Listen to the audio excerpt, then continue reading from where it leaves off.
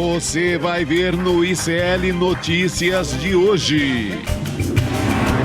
Uma família rachadinha. Ex-aliado acusa Eduardo Bolsonaro de pegar dinheiro de funcionários e guardar em cofre do gabinete da Câmara. E juntou 250 mil reais no cofre. Decisão histórica. Justiça condena torturador da ditadura por estupro após mais de 5 décadas. Nós não aceitamos nem ditadura civil, nem ditadura militar. Cartilha anti-Borcaro. Presidente do STF divulga hoje uma proposta para evitar conflitos de interesse no judiciário. Para avaliar corretamente o momento que nós nos encontramos. Festinhas e presentes estão na mira. Os ministros respondem pelas escolhas que fazem. A nova trincheira de Marina Silva, ex-ministra do Meio Ambiente, fala ao ICL Notícias sobre os desafios da eleição 2026. O ICL Notícias, primeira edição, está no ar. Um bom dia a todos, bom dia a todas. Estamos ao vivo, 8 horas e 3 minutos, começando mais um ICL Notícias. Primeira edição na manhã desta terça-feira, dia 4 de agosto de 2026. Sejam todos bem-vindos, bem-vindas. Você que está assistindo este programa de Porto Alegre, no Rio Grande do Sul, Peruíbe, São Paulo, Campo Grande, no Mato Grosso do Sul, Huelva, na Espanha. Muitos assuntos importantes. Vocês viram aí na nossa escalada, na voz marcante de Oliveira Júnior, a gente falando sobre rachadinha. E quando você espera que ninguém mais fez rachadinha na família Bolsonaro, sempre aparece mais um com denúncias de rachadinha. Vamos falar sobre as denúncias exclusivas que a Juliana Dalpiva conseguiu apurar no nosso site iclnoticias.com.br. Daqui a pouquinho a Ju vai estar com a gente. Recebemos também Cris Serra, o nosso querido Juca Kfouri, Mano Borges e a ministra Marina Silva, ex-ministra, candidata ao Senado por São Paulo. Tudo isso no programa desta terça-feira, que tenho o prazer de receber. Vou começar, Rodrigo, com a nossa querida Heloísa Vilela, porque é sempre um prazer receber você aqui, Elô. Obrigada, meu bem. É isso aí, vamos em frente. Bom dia para você e para todo mundo que acompanha a gente aqui hoje. Rodrigo Vieira, que mais uma vez desliza do ICL Urgente para me acompanhar aqui durante a manhã no ICL Notícias, primeira edição. É um prazer estar por aqui, de manhã, à noite, a gente vai tocando por aqui. Com muito prazer, na verdade, de dialogar aqui com o público do ICL Notícias, primeira edição. Só não está de madrugada porque não tem programação de madrugada, né, Rodrigo? Mas se tiver, o Rodrigo estará lá. Ô Will, Oi. Eu estava vendo a data, hoje, exatamente 2 meses para o primeiro turno da eleição, cara. Não parece que está tão perto, eu estava brincando. Parece Copa do Mundo, você acha que o dia vai chegar a Copa, de repente tem a abertura e começam os jogos, né? Começam os jogos. Então nós estamos a 2 meses apenas da eleição. Exatamente hoje, dia 4 de outubro é a eleição. E os atos de campanha começam daqui a pouco também, dia 15. Cuidado com a sua mesinha que ela vai cair já já.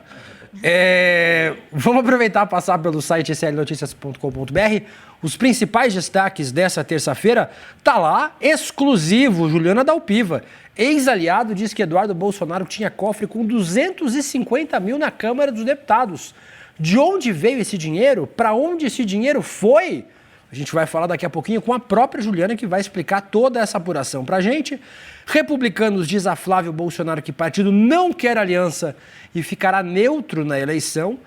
O Flávio Bolsonaro com uma dificuldade imensa de arrumar palanques com aliados no interior do Brasil. Tomou não do Republicanos, do União Brasil, do PP. Difícil a situação do Flávio Bolsonaro, que, lembrando, tem até amanhã para conseguir um vice ou uma vice. Por enquanto, o Flavinho Desmaio não tem vice. E temos também ali, a Juliana Dalpiva está imparável nesta terça-feira. Mais uma excelente reportagem da Juliana ali embaixo. Justiça Federal determina a primeira condenação por estupro cometido na ditadura. Muitos criminosos da ditadura militar morreram de pijama em casa sem pagar pelos seus crimes. É uma vitória da democracia, uma vitória importantíssima que nós também falaremos com a Juliana neste momento. passamos pelo nosso site clnoticias.com.br. Chamo ela, Juliana Dalpiva. Em que momento você está dormindo? Porque aparentemente você apura e apura, Juliana. Bom dia. Bom dia, queridos. Sim, apura e apura. Muita notícia. Vamos começar falando sobre essa primeira apuração, Ju, sobre a rachadinha do 03. Quem diria, né? Mais uma rachadinha na família Bolsonaro.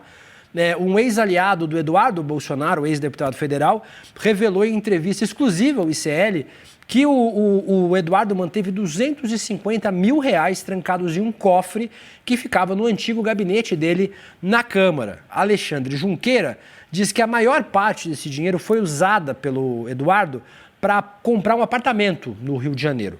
O dinheiro, segundo ele, vinha de onde? Isso mesmo, gente, de um esquema de entrega ilegal de salários, a famosa rachadinha, uma prática já investigada e denunciada nos gabinetes dos irmãos do Eduardo e também do Jair Bolsonaro.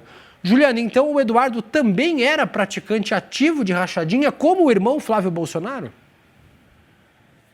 Eu acho que talvez o termo mais correto, Will, se você me permite aqui já botar as coisas como elas são, sabe?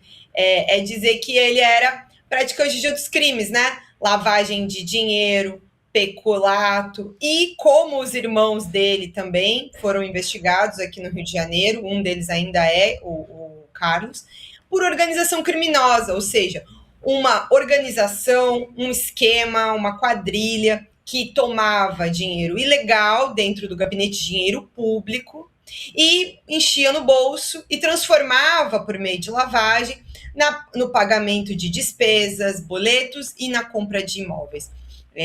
O Alexandre Junqueira é alguém que eu conheço desde 2019, quando ele trouxe as primeiras denúncias envolvendo um aliado do Bolsonaro, do Eduardo, que é o deputado Gil Diniz. E o deputado Gil Diniz era funcionário do Eduardo na campanha de 2018, quando todos eles andavam juntos fazendo campanha. O Alex Junqueira, o Gil Diniz, que é conhecido como Carteiro Reaça, e o Eduardo. E é desse momento que essa história emerge, né? Foi numa reunião em novembro de 2018, daqui a pouco a gente vai ouvir, eu só quero registrar como é que toda essa apuração se deu. Eu venho desde essa época apurando, então as primeiras matérias que eu fiz sobre a possibilidade da existência de um esquema ilegal dentro do gabinete do Eduardo são de 2020, foi uma reportagem que eu fiz com o Chico Otávio, falando que o Eduardo tinha comprado 2 imóveis com o uso de R$150 mil em espécie. De lá para cá eu continuo investigando essa história. E aí quando eu estava, o ano passado, participando de um projeto que chama Quem Matou a Política, que é um podcast organizado pela Rádio Escafandro com a Rádio Guarda-Chuva, e é um original da Audible, eu entrevistei o Alex para esse projeto, contando histórias aí de cofres que a família Bolsonaro tem, e o Alex revelou que nessa primeira entrevista, em outubro do ano passado, que soube que o Eduardo tinha um cofre. De lá para cá, continuei apurando essa história, tentando encontrar mais detalhes. Inclusive, essa série da Audible estreou hoje, tá? Para quem quiser conhecer. Essa história está em um dos episódios, mas tem outros que contam sobre outros temas. Inclusive, sei que acho que o nosso Flávio Costa aqui participou. E aí, agora, trago aqui para o ICL uma entrevista que o Alex Junqueira me deu em junho desse ano, quando ele me procurou e falou assim, não, quero contar toda a história que eu sei. Além de saber que existe um cofre, tem muito mais, tem vários outros detalhes. E aí eu acho que ninguém melhor para contar a história do que o próprio Alex Junqueira. Não sei se você já quer chamar a entrevista dele. Vou chamar. Você já resumiu bem como começou a história e agora a gente tem o trecho para assistir. Vamos assistir. Eu estava com o Gil no carro, que era o meu carro, o Gil não tinha nem carro, e nós estávamos indo para casa da sogra da Sonaira. Ela não era nem casada, era noiva, para fazer reuniões. Nós fazíamos reuniões ali, né? E nós estávamos comentando entre nós, eu e o Gil, falando, precisamos fazer uma... como é que fala? Estávamos conversando entre nós em fazer um cofrinho, uma caixa, para disputar para a campanha, para juntar um dinheirinho para a campanha, para a próxima campanha, porque naquela época não tinha fundo eleitoral. Não é esses bilhões de reais que tem hoje. Antes você não tinha, não teve fundo eleitoral. Foi tudo do bolso, um ajudava aqui, outro ali. Foi uma campanha meio de perrengue, né? E a gente comentando, falei, podemos cada um dar uma colaboração. Como eu já falei outras vezes isso, era uma caixinha, era uma poupança para que, assim, ou ganhava todo mundo ou perdia todo mundo. Então, vamos, cada um pode colaborar com o que puder para a gente fazer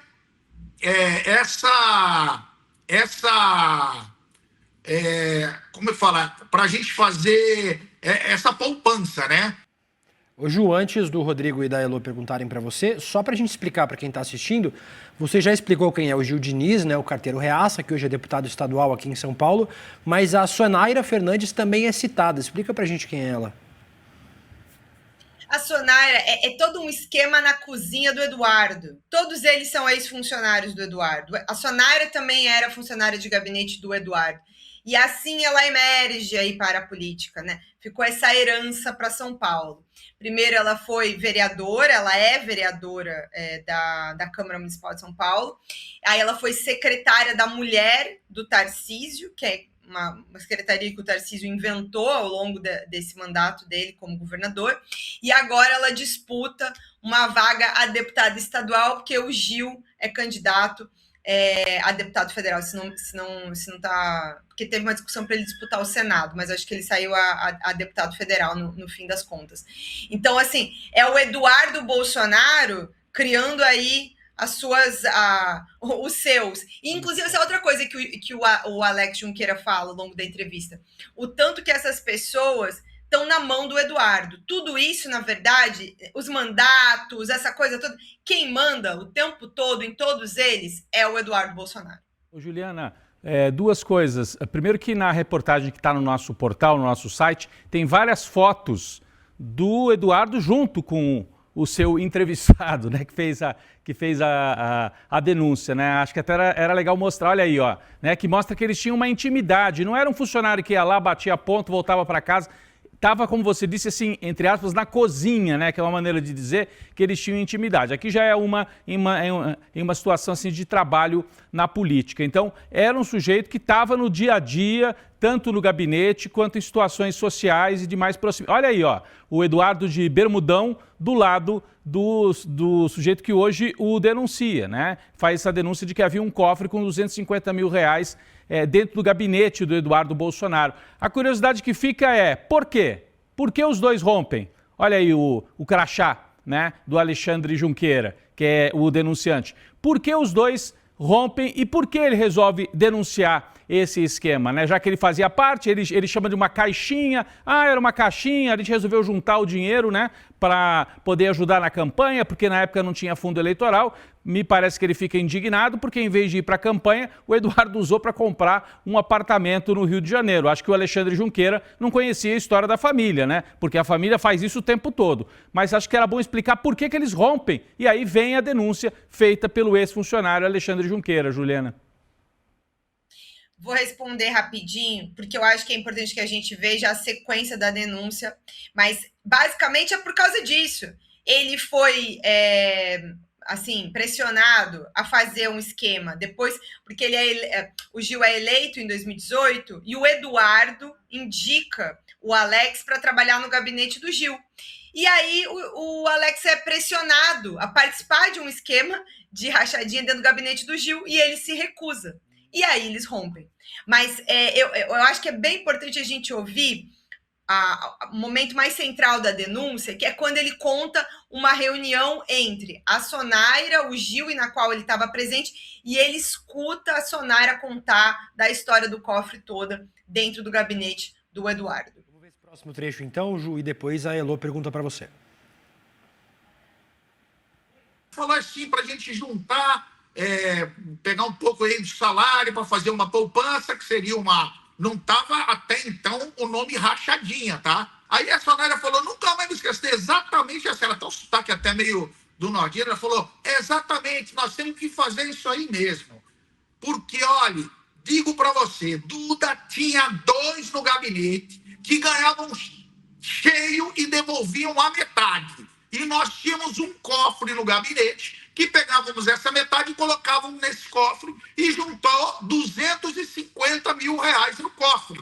E um belo dia, Duda chegou lá, passou a mão nesses 250 mil para dar de entrada num apartamento. E chegou na campanha, nós não tínhamos 5 mil reais para pagar uma nota de campanha. Então nós temos que fazer isso mesmo. E aí ela sugeriu e falou, olha, é melhor não mexer no salário de ninguém. Faz assim, devolve as GEDs, porque nós temos 2,5 de GED, e se você for líder, você vai ter um pouco mais de GED. Então a galera não mexe no salário, né? Ela deu essa sugestão. E as GEDs incorporam no salário e devolve as GEDs. Seria uma rachadinha, né? Que é a rachadinha das GEDs. Explicando o que é GED, é gratificação especial de desempenho, que é um bônus que os funcionários da Assembleia Legislativa de São Paulo recebem, depende do valor, né, e do cargo que ele ocupa. Isso é a GED. Então, você devolveria essa GED, essa gratificação especial de desempenho. Eu achei curioso, Elô, a intimidade, né? De chamar ele de Duda. Então, Duda. São íntimos, né?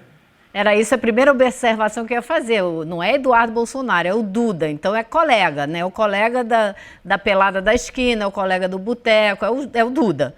Agora, ele próprio não viu esse volume de dinheiro, mas o volume de dinheiro foi mencionado nessa reunião da qual ele participou. Agora, a gente fica, claro, imaginando que não parou aí, não foram só esses 250 mil. Passou muito mais dinheiro por esse ou por outros cofres, a gente pode imaginar, né, Juliana? Elô, é esse o ponto. E não é assim, e essa acho que é uma outra coisa muito importante para a nossa audiência que está acompanhando aqui. Não é só o Alex Junqueira que falou que o Eduardo tinha 250 mil. Acho que talvez a notícia mais importante é que ele guardava dentro desse cofre. Sabe por quê? O próprio Eduardo botou no papel, tá? Ele escreveu, ele relatou aos cartórios do Rio de Janeiro, no momento em que ele foi comprar 2 apartamentos, um em 2011, ou seja, um tempo anterior a essa situação, mas tem um outro que é de 2016, no qual foram utilizados 100 mil reais. Então, é exatamente nesse período próximo ao que ela relata a conversa, porque essa conversa é de 2018, fazendo uma referência a um período anterior, prévio à preparação da campanha de 2018. Então, ele compra em dezembro de 2016 um apartamento de 1 milhão de reais aqui no Rio de Janeiro, em Botafogo. E ali está registrado que foi 100 mil. E na campanha de 2022, quando a gente revelou os 51 imóveis com dinheiro vivo, o Eduardo foi lá se atrapalhar todo para tentar negar a história, tropeçou e confessou. Eu comprei, mas aí eu botei na escritura. Esse vídeo está no canal do YouTube dele. Ele contando que sim, ele pagou esse dinheiro. E, Elô, eu não sei quantas vezes, desde 2020, quando eu descobri os apartamentos, né? Eu perguntei ao Eduardo, da onde veio o dinheiro? Isso. Qual é a origem? Da onde vem esse dinheiro, esses 150 mil que você usou? Só contar. Se não é do esquema de entrega ilegal, é de onde? Que, até onde eu saiba, assim, nem negócio de chocolate ele tem como desculpa, tipo irmão, entendeu? Ele era, agora foi expulso da Polícia Federal, mas ele era servidor da Polícia Federal. Da PF. Que eu saiba, a Polícia Federal não paga em dinheiro espécie, entendeu? Né? Não sei vocês, a informação que eu tenho é que a Polícia Federal deposita esse dinheiro. Então, da onde veio esse dinheiro que pagou? Ele nunca respondeu. Assim como, né? Até porque não dá para a gente esquecer do que está em jogo hoje nessa eleição. A gente não sabe como é que ele está pagando as contas dele nos Estados Unidos. Então, não é de hoje nem de ontem que a gente não sabe de onde vem o dinheiro do Eduardo Bolsonaro para pagar suas contas. Agora, ele não é mais deputado, mas ele foi deputado de 2014 até 2025 e deve contas à sociedade brasileira sobre como é que foi que ele pagou esses 150 mil ou até agora esses mais 250 que o Alex Junqueira traz nessa entrevista. Não, eu acho fundamental porque a gente sempre ouviu, né? Isso partiu da Juliana Dalpiva nessa apuração, 51 imóveis, parte deles comprados com dinheiro vivo. Quando saiu essa informação, né, que foi anterior à campanha de 2022, muita gente se perguntou, mas como assim? Que dinheiro vivo é esse? Agora puxou um fio, né, Juliana? Você está mostrando uma parte desse dinheiro que estava dentro desse cofre. Provavelmente eles tinham vários cofres desse tipo nos vários gabinetes onde a família Bolsonaro esteve ao longo da sua vida. E isso aliados, né, como E de aliados também, né? e de outros aliados. Então, puxou um fio da meada para ajudar a contar essa história. É mais uma peça desse quebra-cabeça que você mesmo começou a montar para que a gente entenda como é que se constrói a fortuna da família Bolsonaro, que tem mansão em Brasília, que tem apartamentos no Rio de Janeiro. É um patrimônio imobiliário inexplicável para os padrões salariais de quem foi deputado ganha bem, vereador ganha bem na média do brasileiro, mas não ganha o suficiente para ter 51 imóveis, né? É quase uma imobiliária. A família Bolsonaro é quase uma imobiliária. E outra coisa, quem é que anda com dinheiro vivo, minha gente? Quem é que usa dinheiro vivo para pagar imóvel? Isso, eu me lembro, assim, na época da inflação. Só se você não pode justificar de onde o dinheiro vem. É óbvio. Tem dinheiro vivo na carteira hoje. É uma coisa que eu sempre me pergunto. Ninguém mais tem dinheiro físico. É verdade. Na carteira. Você vai na rua, às vezes tem o flanelinha, né, que quer, deixa R$10, eles usam até Pix. Pode pagar com Pix, que ninguém mais tem dinheiro vivo. Agora, imagine sair com R$200 mil para comprar um imóvel. Quais são as atividades que usam dinheiro vivo? A gente sabe quais são, que lidam com dinheiro vivo. Não é nenhuma atividade legalizada. Quem trabalha com dinheiro vivo é quem quer esconder, né, Ilô? É quem precisa esconder a origem desse dinheiro. Então é muito suspeito trabalhar com um cofre e é muito bom que isso venha à tona e contado por alguém que esteve dentro, na cozinha da família Bolsonaro. Eu queria ressaltar mais uma vez a expressão que a Juliana usou aqui. É alguém da intimidade. Aparece ali o Duda, como eles dizem. A gente tem as fotos, né? A gente mostrou as fotos aqui. As A gente pode fotos. mostrar de novo as fotos, tem a intimidade dele. Um deles, aí ó, num jantar, eu não sei aonde que é isso, na casa de quem que seria isso, não sei se a Juliana tem essa informação, mas é um ambiente de intimidade. E depois aparece de bermuda, aí ó, o Duda de bermuda ao lado do amigo Alexandre Junqueira, que agora faz... Né? É a galera, Isso. é a galera dele que está aí representada nessas fotos, é a turma que agia junto. Agora, a gente tem que imaginar que não é só de rachadinha que vive a imobiliária da família Bolsonaro, porque só de rachadinha não ia dar, que não é pouco, não ia dar para comprar 51 imóveis. Então tem mais dinheiro que entrou nesses cofres e que vem de alguma origem que não se pode declarar porque é dinheiro vivo, que eles usaram para comprar outros imóveis, né? A gente sabe onde anda o Alexandre Junqueira? Desculpa. Saber de onde vem todo esse dinheiro, realmente. Eu acho que a Elo traz um ponto que é bem fundamental e traçando a linha, que é para a gente não esquecer nem do passado, mas também não do presente, né? Agora também tem outros esquemas, outros dinheiros que apareceram aí, né? E que eles se recusam a contar, porque até agora ficou essa suspeita sobre esses 20 e poucos milhões que o Daniel Vorcaro deu supostamente pro tal do filme, e o Eduardo tá lá nos Estados Unidos vivendo de um dinheiro que ele não diz de onde é, mas o advogado dele administra o fundo que recebeu o tal do dinheiro. Então, ia vir uma tal de prestação de contas que nunca veio, e aí eles vão se enrolando e nunca explicam como é que estão pagando as contas, né? Para onde que foi o tal do dinheiro do Daniel Vorcaro? Só para não esquecer desse pedaço e conectar as histórias. Porque, assim, mesmo que sejam esquemas diferentes, é uma família que vive de diferentes esquemas o tempo inteiro. Sobre a foto que eu não lembro agora se ele me falou especificamente essa foto desse jantar, mas vocês notaram que tem ali o convite da posse presidencial?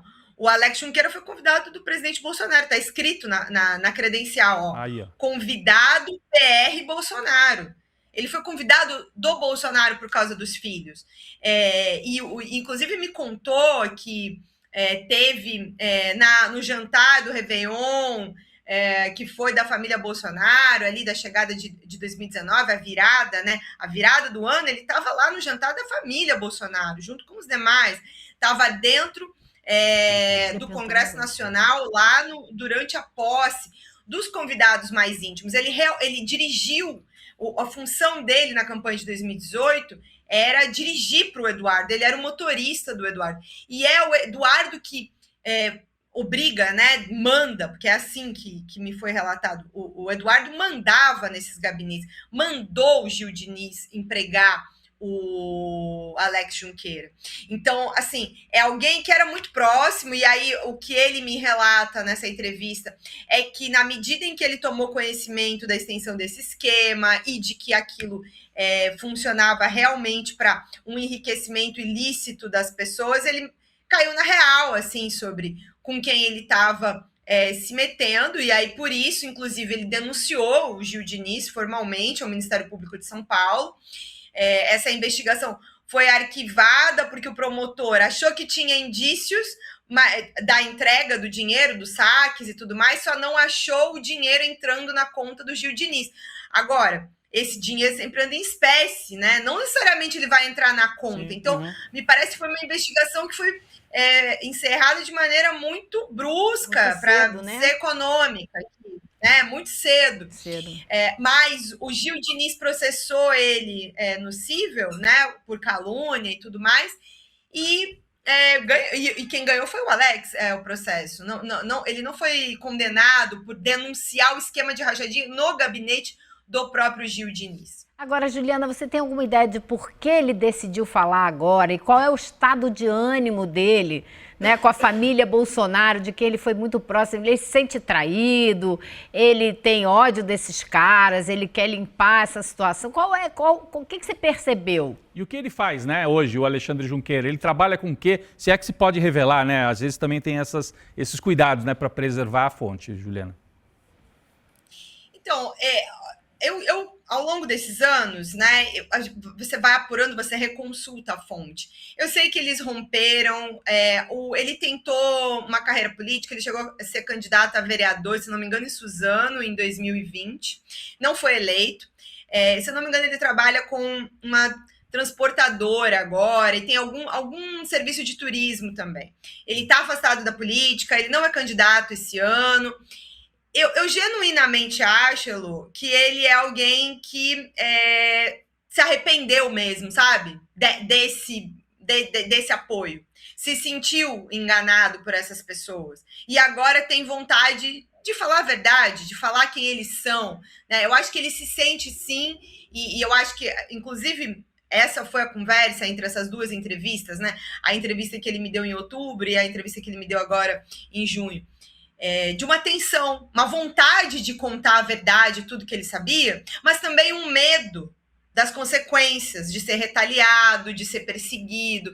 Ele relatou que foi, da primeira vez que ele fez a denúncia, quando ele rompeu em 2019, ele disse que foi perseguido, foi atacado. Então, eu acho que assim, tem uma coragem aqui agora também, sabe? De fazer essa denúncia e tudo mais. Inclusive porque, assim, eu também vou ressaltar isso aqui. Não é só a entrevista do Alex Junqueira que dá elementos para a gente saber que o Eduardo tinha um esquema de entrega ilegal de salário dentro do gabinete e nem tinha uso ilegal de dinheiro vivo, né? Porque ele conta que ele pagou esses imóveis com dinheiro vivo. Quem diz isso não é o Alex, é a escritura do cartório também. Então, assim, a gente tem mais elementos, não é só a acusação. Eu acho que a acusação do Alex vem para reforçar toda a história. Perfeito. E tem um outro pedaço dessa entrevista que eu não sei se o pessoal já deixou no ponto, acho que não, Ju. Que é ele contando que ele entregou em dinheiro R$3.000 a pedido de um funcionário do Eduardo para o Gil Diniz. O Gil, exonerado do gabinete, continuou recebendo um dinheiro que o Eduardo mandava e que numa das ocasiões foi o próprio Alex que entregou. Ou seja,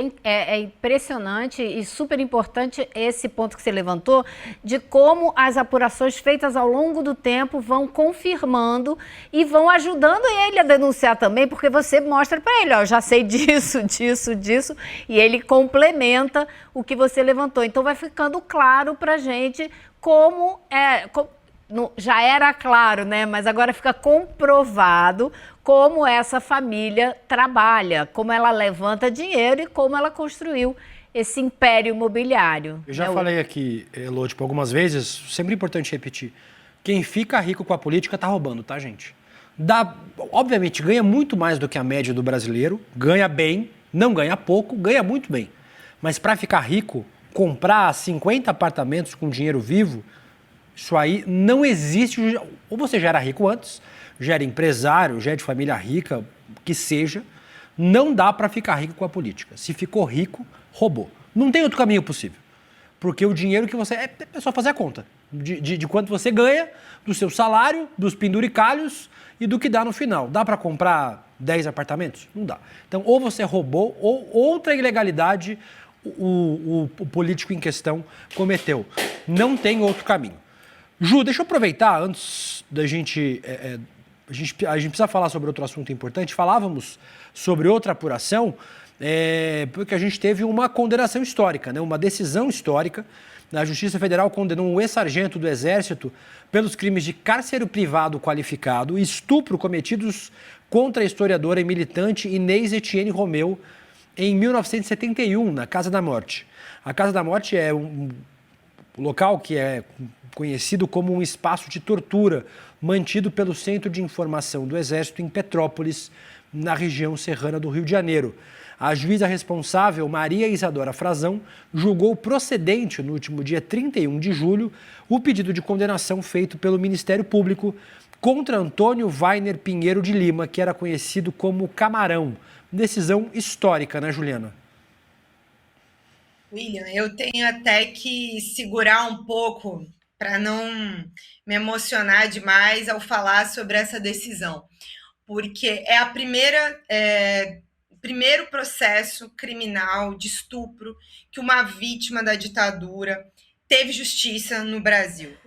Não tem nenhum outro processo. Muito menos vai ter uma condenação. Raríssimas condenações criminais de militares na ditadura por crimes que cometeram na ditadura, né? E aí a Inês morreu em 2015 e não viu justiça para o caso dela. E ela denunciou isso desde 1971. Então, essa é uma decisão que reconhece o crime de estupro como um crime contra a humanidade também, que também tem um outro elemento extremamente importante. O Supremo hoje está discutindo lá se vai reconhecer o crime de desaparecimento forçado como um crime contra a humanidade, não prescritível, não passível da aplicação da lei de anistia. É isso que está sendo esperado para ser julgado no caso do Rubens Paiva, no caso do Araguaia, e esse julgamento está sem data, tá? O Supremo, na função do ainda estou aqui, disse que ia julgar, mas ainda não julgou. Estamos aguardando. Agora, essa decisão, ela dá até assim um calorzinho no coração de acreditar que dá para construir justiça no Brasil. Porque uma mulher denunciou um estupro ao longo de 5 décadas até ter justiça. Ela descreveu nos mínimos detalhes o que aconteceu, quem eram os agentes, e aí é um trabalho que eu e o Chico Otávio, que participou com a gente aqui do Bandidos de Farda, no qual a gente também traz vários novos elementos sobre essa história da Casa da Morte, e quem quiser assistir tá aí, quem quiser ver o nosso site com todas as matérias está ali, mas também tem o documentário na plataforma do ICL, que é um trabalho que a gente fez assim ao longo de vários meses, do final do ano passado para cá. E a gente traz, né, esses detalhes todos. Inclusive, saber que Camarão chama Antônio Vaneir foi um trabalho que eu e o Chico fizemos durante vários anos para poder dar um nome. A Inês tinha vários elementos, mas ela não tinha todo o nome dele. Essa foto, eu passei 2 anos atrás de pessoas que soubessem, né, o nome dele, a cara dele. Essas fotos eu pessoalmente peguei com uma fonte em Nova Iguaçu para poder dar cara para esse homem. E aí também tem um trabalho de investigação muito importante, minucioso, da procuradora Vanessa Segués, do procurador Sérgio Suyama, do procurador Antônio do Paz Cabral, que é o grupo de justiça de transição do Ministério Público aqui no Rio de Janeiro, que oferece essa denúncia um pouco depois da morte da Inês, depois de 2015. E aí esse processo andou muito tempo dentro da Justiça Federal, inclusive foi muito agredida pelo primeiro juiz que atendeu esse caso, que era lá de Petrópolis e super, assim, de extrema direita. Quase que esse processo acabou. Ele foi depois, assim, não foi trancado por uma decisão da desembargadora Simone Schreiber, e aí ele foi andando, e a gente ali, eu e o Chico, a cada audiência, acompanhando essa história. Então, assim, é uma emoção muito grande ver essa decisão. Significa muito para a construção de justiça do Brasil. Acho que para as mulheres brasileiras também, porque o crime de estupro é um crime que, enfim, histórico, né? Talvez, assim, eles adoram dizer que tinha uma guerra de dois lados e se defenderam de guerrilheiros. Mas como é que explica um crime de estupro? Então, assim, é uma decisão extremamente importante. Só para a gente entender, a pena foi fixada em 12 anos, 11 meses e 25 dias de reclusão em regime inicial fechado, além da perda do cargo público militar. A sentença também reconheceu o crime de estupro cometido durante a ditadura como crime contra a humanidade. Isso significa que o crime não prescreve nem pode ser enquadrado na lei de anistia, Lô.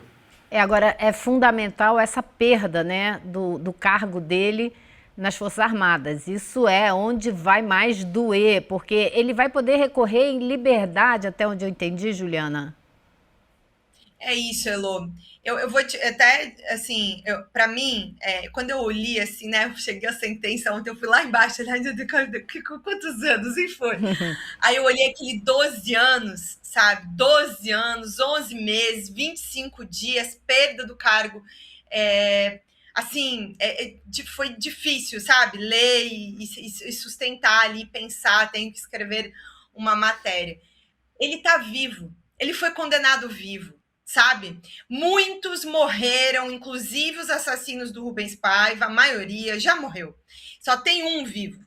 Então, enquanto o Supremo demora para julgar, eles morrem. E morrem, inclusive, não é nem sem ir para a cadeia, é sem ser condenado pelos crimes que cometeram. Então, pelo menos, eu não sei, porque a justiça sempre demora, né? O judiciário sempre demora. Não sei o que vai acontecer com o Camarão, se ele vai ir para a cadeia.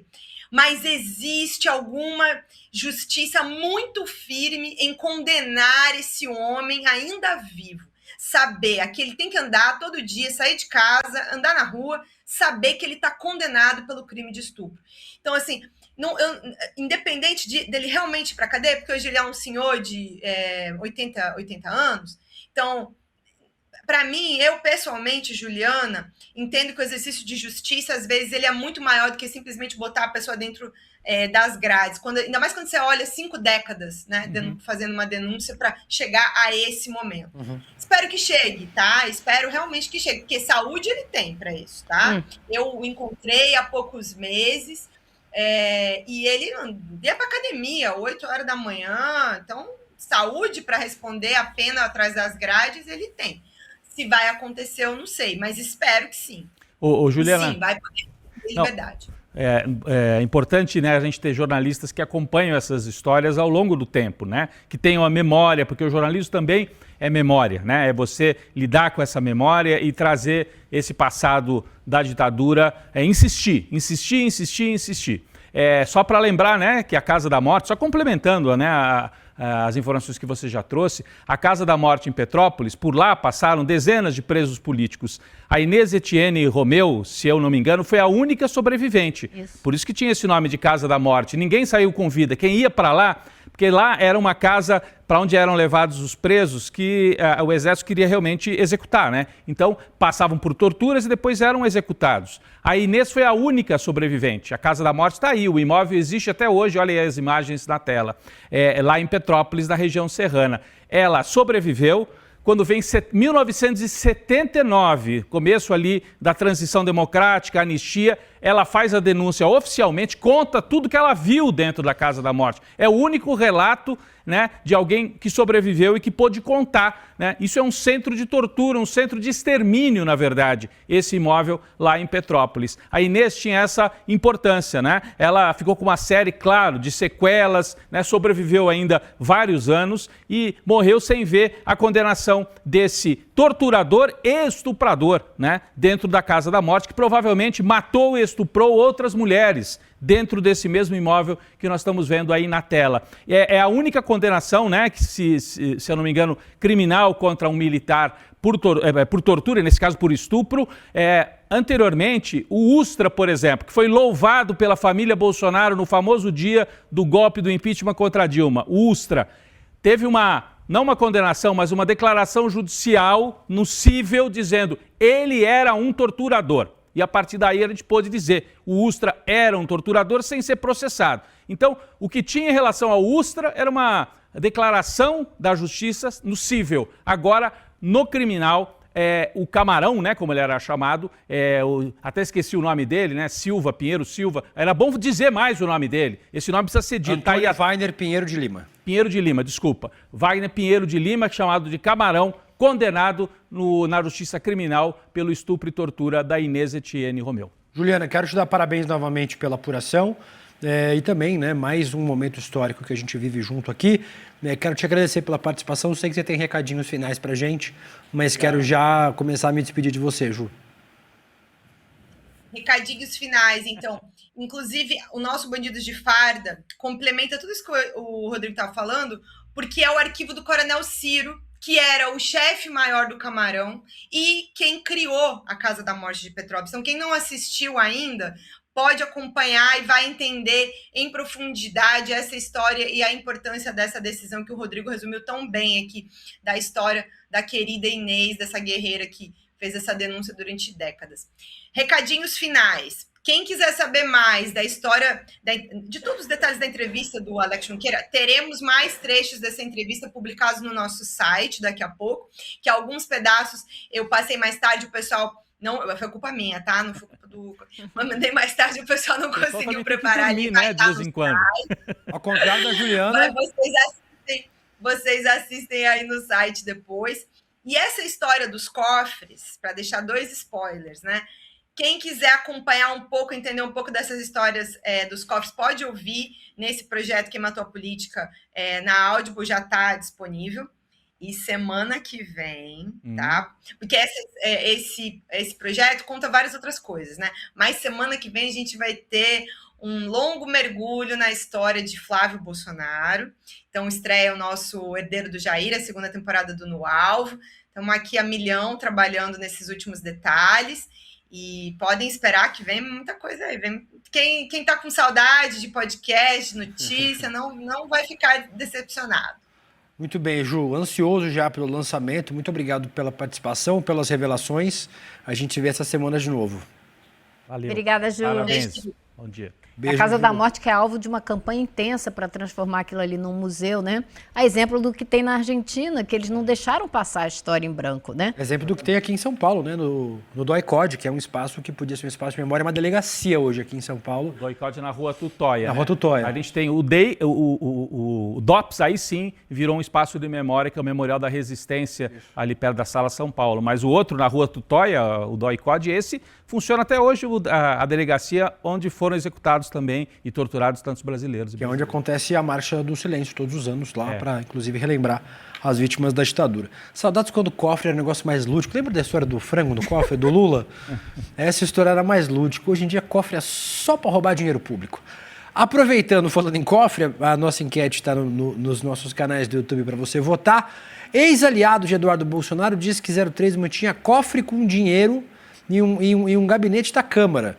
O que mais precisa ser esclarecido? A origem do dinheiro, a existência do cofre, a compra de um apartamento ou todos esses pontos? Vote aí na nossa enquete, daqui a pouquinho eu trago uma parcial para vocês aqui no ICL Notícias, primeira edição. 8h45, vamos para Brasília, para ela, Manuela Borges. Bom dia, Manu, tudo bem com você? Bom dia, Will, Elô, Rodrigo, tudo ótimo, e vocês? Tudo certinho, vamos falar sobre a operação da Polícia Federal, Manu. A PF deflagrou uma nova fase da operação Sem Desconto, que investiga um esquema de descontos irregulares em aposentadorias e pensões do INSS. Um dos endereços onde está ocorrendo busca e apreensão é a casa do senador Everton Rocha, do PDT do Maranhão. A nova etapa da investigação tem como foco suspeitas de lavagem de dinheiro e as investigações apontam que os recursos das fraudes teriam sido ocultados por meio de conta de terceiros e movimentações em espécie. Ao todo, a polícia cumpre 18 mandados de busca e apreensão no Distrito Federal e no Maranhão. Me parece, Manu, que o senador não é alvo dessa fase, mas endereços ligados ao senador é que são alvos nessa fase da operação, né? É isso. O foco dessa operação é a esposa, a filha e as duas irmãs do senador Everton Rocha. Vamos relembrar que no dia 18 de dezembro do ano passado, o parlamentar foi alvo da operação sem desconto. A Polícia Federal realizou buscas e apreensões no gabinete do parlamentar e também na casa do senador. E o que a PF investiga? As relações de Everton Rocha com Antônio Camilo Antunes, o careca do INSS. E agora a Polícia Federal segue o rumo do dinheiro. E o que a PF identificou até agora? Movimentações financeiras atípicas, incompatíveis com as pessoas que estão sendo investigadas, o uso de terceiros para movimentar esses recursos, ou seja, laranjas, e também a movimentação de dinheiro vivo. Então, são 18 mandados de busca e apreensão aqui no Distrito Federal e também no Maranhão, o reduto eleitoral do senador. Ele nega qualquer irregularidade e espera que as investigações o inocentem, Will. Ainda falando sobre Polícia Federal, Manu, a mídia noticiou recentemente que o ministro André Mendonça, do STF, teria aberto uma investigação contra o diretor-geral da PF, o Andrei Rodrigues. Segundo auxiliares do ministro, ouvidos pelo nosso repórter Kleber Lourenço, isso não aconteceu. A confusão é explicada por um pedido de informações feito pelo ministro sobre o andamento da investigação das fraudes do INSS. Segundo as fontes, Mendonça passou a cobrar mudanças na condução da operação sem desconto, essa que teve nova fase hoje envolvendo familiares do senador Everton Rocha, após a Polícia Federal retirar da área, o caso da área especializada em crimes fazendários. O caso está com a coordenação responsável pelos inquéritos que tramitam nos tribunais superiores. Seria, caso confirmado, uma crise sem precedentes entre o STF e a PF, né? Sem dúvida, Will, jamais a gente ouviu a notícia de que a Suprema Corte teria mandado investigar o diretor da Polícia Federal no Brasil. Então, o nosso jornalista Kleber Lourenço aprofundou essas fofocas, né, esses rumores, e identificou que não passa realmente de notícias que circulam ali para fomentar esse atrito entre STF e Supremo. Mas o que originou tudo isso? Vem lá do início do escândalo Master, quando Dias Toffoli era o então relator do caso, e aí o que ele fez? Ele determinou quais seriam os peritos que fariam a perícia nos materiais apreendidos. Ele determinou que todo o material apreendido fosse para o seu gabinete e ficasse sob sigilo. Ele também quis até escolher as perguntas que seriam feitas pelos investigadores, delimitou um tempo muito curto para as investigações, para os depoimentos, e depois esse inquérito passou para as mãos do ministro André Mendonça, que também determinou que todo o material bruto fosse apreendido e levado para o seu gabinete. Não só os relatórios finais da Polícia Federal, e ainda determinou que o diretor-geral da Polícia Federal, Andrei Rodrigues, não tivesse acesso ao inquérito. Isso gerou uma crise. Andrei Rodrigues veio a público dizer que jamais interferiu em nenhum tipo de investigação. Ele, inclusive, acionou a Advocacia Geral da União para representar o Supremo por possível interferência na Polícia Federal, algo sem precedente. Agora, o ministro André Mendonça também não gostou quando Andrei Rodrigues transferiu a investigação do INSS, da Delegacia de Crimes Previdenciários, para o Serviço de Inquérito Especial. Então a gente vê esse mal-estar entre STF e Supremo. Agora, a Polícia Federal, como a gente já comentou aqui, ela tem vários núcleos. O Andrei Rodrigues não consegue acompanhar todas as investigações e tudo que a Polícia Federal produz.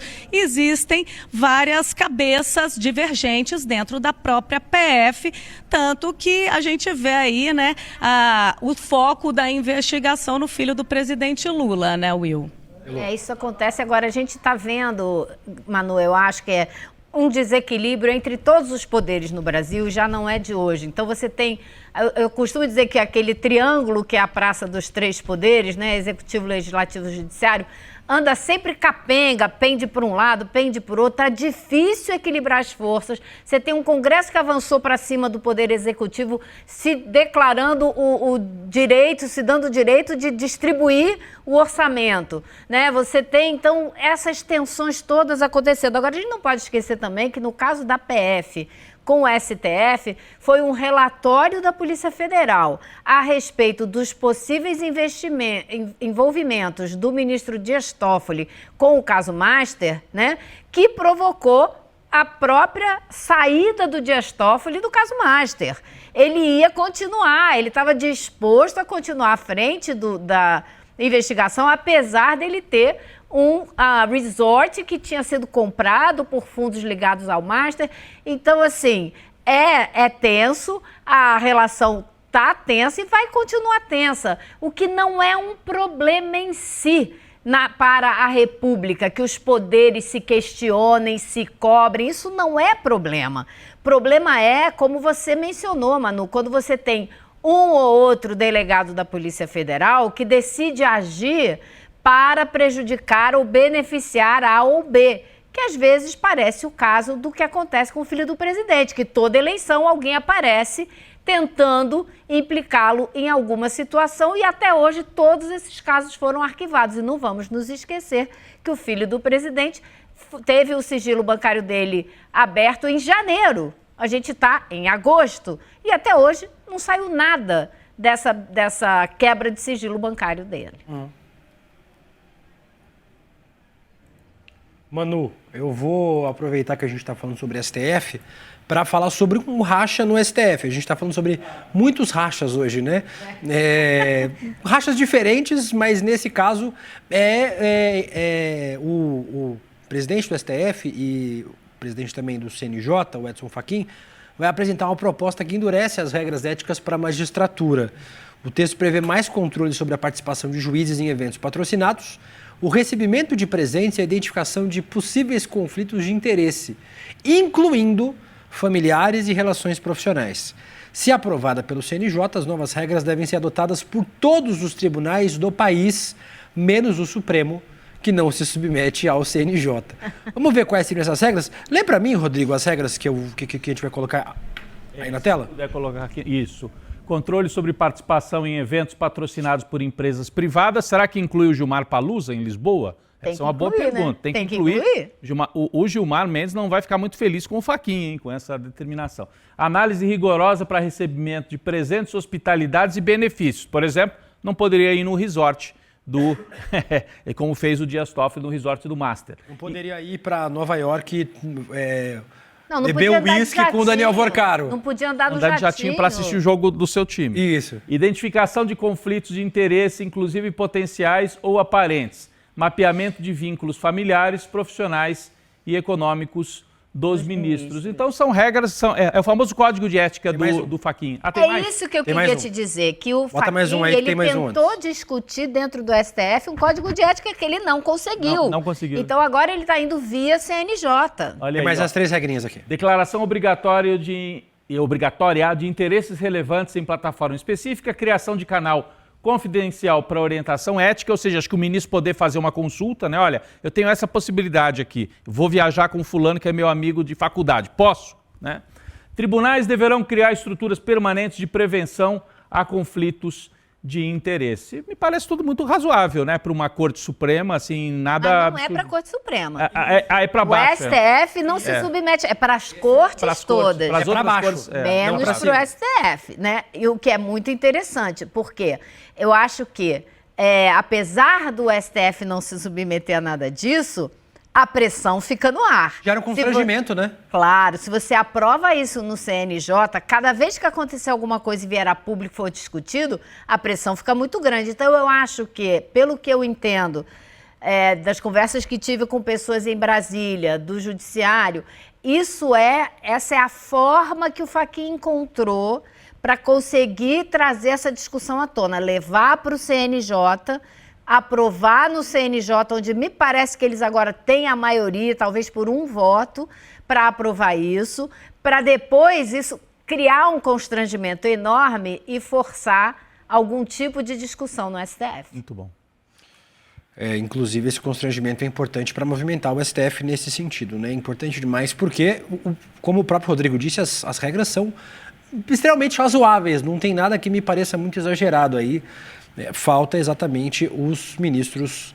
Tem tido uma discussão muito grande a respeito exatamente da participação de familiares dos ministros do Supremo em casos apresentados perante o Supremo. A Folha o UOL fez um levantamento enorme que mostra o número de casos que filhos de ministros, depois que os ministros tomam posse, começam a representar diante do Supremo. E muito advogado reclama que não consegue representar nenhuma ação diante do Supremo porque só quem é parente de ministro do Supremo é que consegue pegar esses casos. Ou seja, tem muita discussão para ser feita, né? Importante, a gente vai continuar acompanhando, né, Manu? Mas eu queria mudar de assunto do STF, falamos muito de STF agora, falar um pouco sobre política eleitoral. O Rodrigo lembrou bem, 2 meses para as eleições, para o primeiro turno das eleições.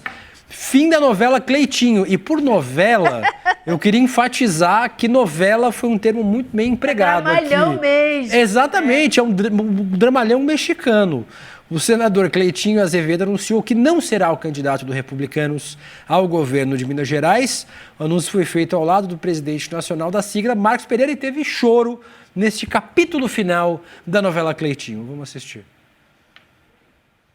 Dirigir aqui ao povo mineiro, pedir perdão. Só puxar um pouquinho mais. Pedir perdão, porque meu momento não tá fácil para mim, para minha família. Não adianta eu entrar numa campanha agora do jeito que eu tô. Não adianta eu querer cuidar de vocês não estão cuidando de mim, não cuidando da minha família. Eu tenho que ser honesto com vocês, eu tenho que falar a verdade. Aqui o Euclides sempre me ajudou. Me lembra a voz do pastor Valdomiro, não lembra? Do missionário Valdomiro? Eu não estou aguentando mais. O senhor também me esperou o tempo que precisava me esperar. Eu peço perdão. Mas no meu momento eu não tô bem. Eu preciso me recuperar, cuidar de mim, porque não adianta eu querer cuidar de vocês se eu não estou cuidando de mim. Eu peço perdão, mas eu... Tá perdoado, Cleitinho, tá perdoado. Manu, como é que fica a extrema-direita em Minas Gerais agora? Parece que não tem mais candidato sobrando lá da extrema-direita com potencial de vencer as eleições. Lembrando que o Cleitinho era líder das intenções de voto em Minas Gerais. Parece que ninguém quer ser governador de Minas. Exatamente. Pacheco desiste. Logo Minas Gerais. Porque ninguém quer pegar esse pepino, a dívida é enorme, né? O estado quebrado. Manu. A extrema-direita perde o candidato que seria mais competitivo, que, segundo as pesquisas de intenção de voto, reunia ali pelo menos 35% dos votos do eleitorado, sendo que os outros candidatos, o Alexandre Calil, Patrus Ananias, estão em torno ali de 10%, 12% das intenções de voto, e o Matheus Simões está lá atrás com cerca de 4%, 5%. Então, agora a expectativa é de que Marcelo Aro, do PP, seja o candidato da extrema-direita, receba o apoio do Republicanos, do PL, e aí as pesquisas de intenção de voto ainda não mediram qual que é a receptividade do eleitorado com relação a esse nome. O nome dele ainda não foi divulgado oficialmente, havia sido lá atrás, quando o Cleitinho decidiu voltar atrás, dizer que iria concorrer, e ontem novamente voltou atrás, atrás. Agora, o interessante foi ver o presidente do partido falando para ele, olha, então é você que está decidindo não concorrer, né, Cleitinho? Nós estamos te dando todas as possibilidades, então a decisão é sua, ou seja, já de olho em capturar ali o espólio, a herança eleitoral do Cleitinho, né? E com a expectativa de que ele também possa ser um cabo eleitoral no estado, Will. Eu acho que esse ponto que a Manu levantou é super importante. Me chamou demais a atenção do vídeo inteiro, porque eu assisti o vídeo todo, quando o Marcos Pereira fala mais de uma vez. Então, Cleitinho, diga aí você, que foi você que decidiu. Como quem diz, a gente não obrigou ele a fazer nada, a gente não abriu mão do Cleitinho, né? A gente não tinha tanto medo assim das loucuras do Cleitinho a ponto de eliminá-lo da liderança, de ser a cabeça de chapa. Agora, ele tinha 35% das intenções de voto. Era muita coisa. Ele estava eleito. Se ele quisesse, ele estava eleito. Agora, a gente sempre brinca lá em Brasília, no bastidor, né? O Cleitinho pode ser doido, mas burro ele não é. Ele não vai pegar esse estado do jeito que está, falido do jeito que está, para depois, porque ninguém quer discutir quem fez o estrago. Quando o cara é eleito, as pessoas vão discutir por que ele não está resolvendo a situação. Então, quem for eleito em Minas tem um pepino gigante pela frente para administrar o Estado. Agora, o presidente Lula precisava de um palanque em Minas Gerais. Não dá para você fazer campanha presidencial sem o segundo maior colégio eleitoral do país. Tem que ter um bom palanque lá. Então, agora você tem aí o Patrus Ananias correndo o risco, um risco enorme, de acabar sendo eleito, mesmo que as perspectivas iniciais não fossem de uma vitória do PT. Agora, ele até corre esse risco. E é também importante ficar de olho no Marcelo Aro. O Marcelo Aro é um homem da política dos bastidores, né? Elô já deve ter cruzado muito com o Marcelo Aro lá em Brasília. É um homem zero carismático, tem o carisma de uma topada do dedinho, quinta-feira à noite, fria. Zero carismático, é um homem ligado ao Eduardo Cunha. Inclusive, foi ele que articulou a ida do Eduardo Cunha para Minas Gerais. Para quem não sabe, o Eduardo Cunha é candidato a deputado federal por Minas Gerais. O Rio de Janeiro conseguiu se livrar do Eduardo Cunha, mandou para Minas. Deve ser o candidato do bolsonarismo. O palanque do Flávio Bolsonaro em Minas Gerais deve ser o Marcelo Aro, enquanto o atual governador vai fazer palanque para o Romeu Zema, né? O ex-governador de Minas Gerais, Matheus Simões, que inclusive muita gente aposta que ele cresça na campanha agora, começando a campanha de TV, um desconhecido que pode ficar mais conhecido e crescer nas intenções de voto. Tenho ouvido gente de Minas Gerais apostado que as candidaturas do PT e do atual governador do PSD devem ir para o segundo turno lá em Minas Gerais, seja, fazendo um confronto entre Zema e Lula no segundo turno. Seria Matheus Simões, atual, que era o vice do Zema. Isso. E é o governador, né? O Zema acabou saindo. E o Patrus Ananias. E ainda há o Alexandre Calil, né? Ex-prefeito de Belo Horizonte, que vai sair candidato pelo PDT, não negociou uma frente única com o PT, o Lula, até tentaram, né, que ele fosse o nome de consenso, mas o Alexandre Calil queria ser candidato dele mesmo, sem nenhum compromisso com o presidente Lula, que acabou lançando esse nome histórico do PT, que é o Patrus Ananias. Então, um quadro bastante complexo, né? Originalmente, o candidato do Lula era o Rodrigo Pacheco, que desistiu. O candidato do bolsonarismo era o Cleitinho, que desistiu. Então, você tem em Minas Gerais, parece que os nomes mais fortes foram ficando pelo caminho, como disse a Elô, né? Ele parece meio doido, mas burro ele não é, né, o Cleitinho. Então, talvez esse choro todo seja uma maneira dele se livrar dessa candidatura complicada. Agora, é uma exposição tão violenta, né, e tão bizarra essa. O Cleitinho, primeiro, fez uma inteligência artificial, um vídeo com o pai falecido e o irmão falecido, gente. Coisa de mau gosto absurdo. Ele mesmo publicou. E agora ele se expõe chorando para desistir da candidatura. De duas, uma. Ou é tudo um teatro, e aí é lamentável, né? Ou ele está mal psiquicamente, e aí é uma exposição que o partido submeteu ele, o Marcos Pereira. Como é que põe um sujeito chorando, que está sem condições emocionais de dar uma declaração? É uma exposição absurda. É assim uma demonstração de que Minas Gerais não é mais o que já foi, né? O estado dos políticos discretos, dos políticos profissionais, né? Depois do Zema, esculhambou-se completamente essa tradição mineira, Will. Agora, a bizarrice é é currículo do Cleitinho, né? Então, ele fazer esse tipo de vídeo não espanta. O que espanta é ele ter sido colocado nessa situação, terem deixado ele ficar falando um tempão, chorando. Ninguém foi lá e abraçou e falou, não, peraí, calma, respira, vamos lá, depois você... Não, fica aí chorando, porque é assim que é bom para nossa audiência, o que parece. O segundo vídeo, né? Podiam ter gravado outro vídeo. Falou, pô, o cara chorou nesse vídeo, vamos gravar mais um. Mas não, a ideia era realmente explorar aí a sensibilidade, não sei como chamar exatamente, do Cleitinho, do senador Cleitinho. Vamos mudar de assunto de novo? Elô, Rodrigo. Oi, Manu. Não vamos não, então. Vai.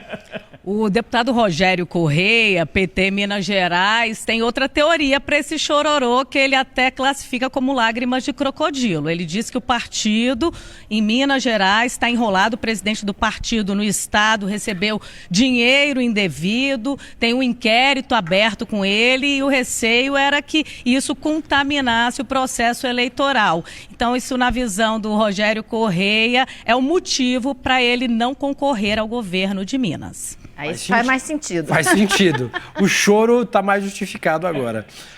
Vamos falar sobre o Fábio Luiz, o filho do presidente Lula. Foi só a eleição se aproximar que as investigações contra Fábio Luiz Lula da Silva começaram a andar na justiça. A Polícia Federal pediu ao STF a abertura de mais um inquérito contra o filho do presidente Lula. É o terceiro caso que pode ser apurado na Polícia Federal. Dessa vez, a PF quer saber se o Fábio Luiz cometeu crime de tráfico de influência em favor de empresas parceiras. O ministro André Mendonça já autorizou a abertura de outros 2 inquéritos contra ele, Rodrigo. Parece uma coincidência muito grande, né? A composição de uma narrativa envolvendo o filho do presidente Lula às vésperas das eleições. O que a Ilô falou agora há pouco, né? Ele teve o sigilo quebrado ainda na CPI, né? Na CPI do INSS. Não andou nada, investigação nenhuma, porque não se encontrou nada em relação ao Fábio Luiz.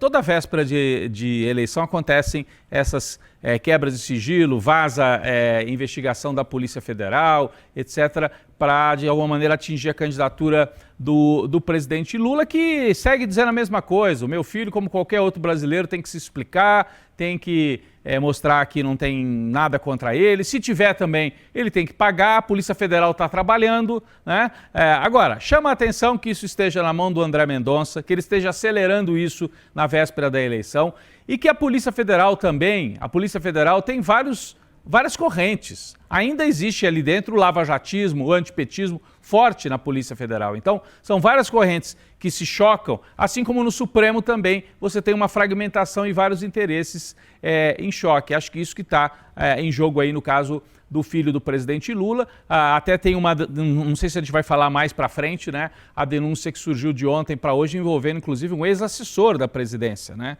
Um ex-assessor da presidência da República afastado, teria também relação indiretamente com esse caso. Enfim, é uma forma de de empatar o jogo, porque o bolsonarismo tem tanta denúncia, então ficam tentando alimentar de alguma maneira denúncias também contra Lula para ver uma espécie de empate nesse jogo na véspera da eleição, Will. O curioso, sabe o que é? E até está circulando nas redes aí, nos grupos, eu já recebi de várias pessoas, um quadrinho com as vezes em que o filho do presidente Lula foi alvo de abertura de inquérito. Desde 2018 ou 2016, se não me engano.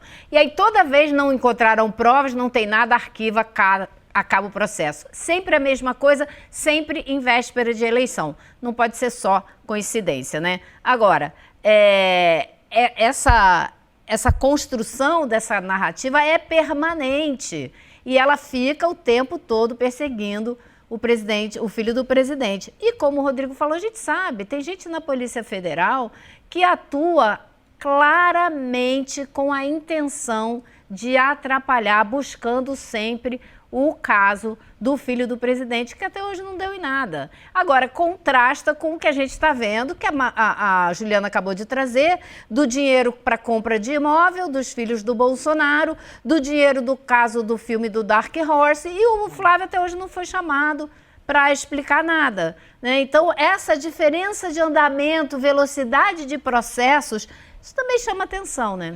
Chico Sá falou pra gente aqui essa semana que investigam o Fábio Luiz desde o útero da dona Marisa. De tão investigado que ele é, Manu. E eu acho que faz sentido mesmo. Eu já falei aqui, gente, eu vou falar todo o programa, tá? Sempre que esse assunto voltar, eu vou falar. Cometeu ilícito, cometeu crime, cometeu desvio ético, tem que pagar. Na letra da lei.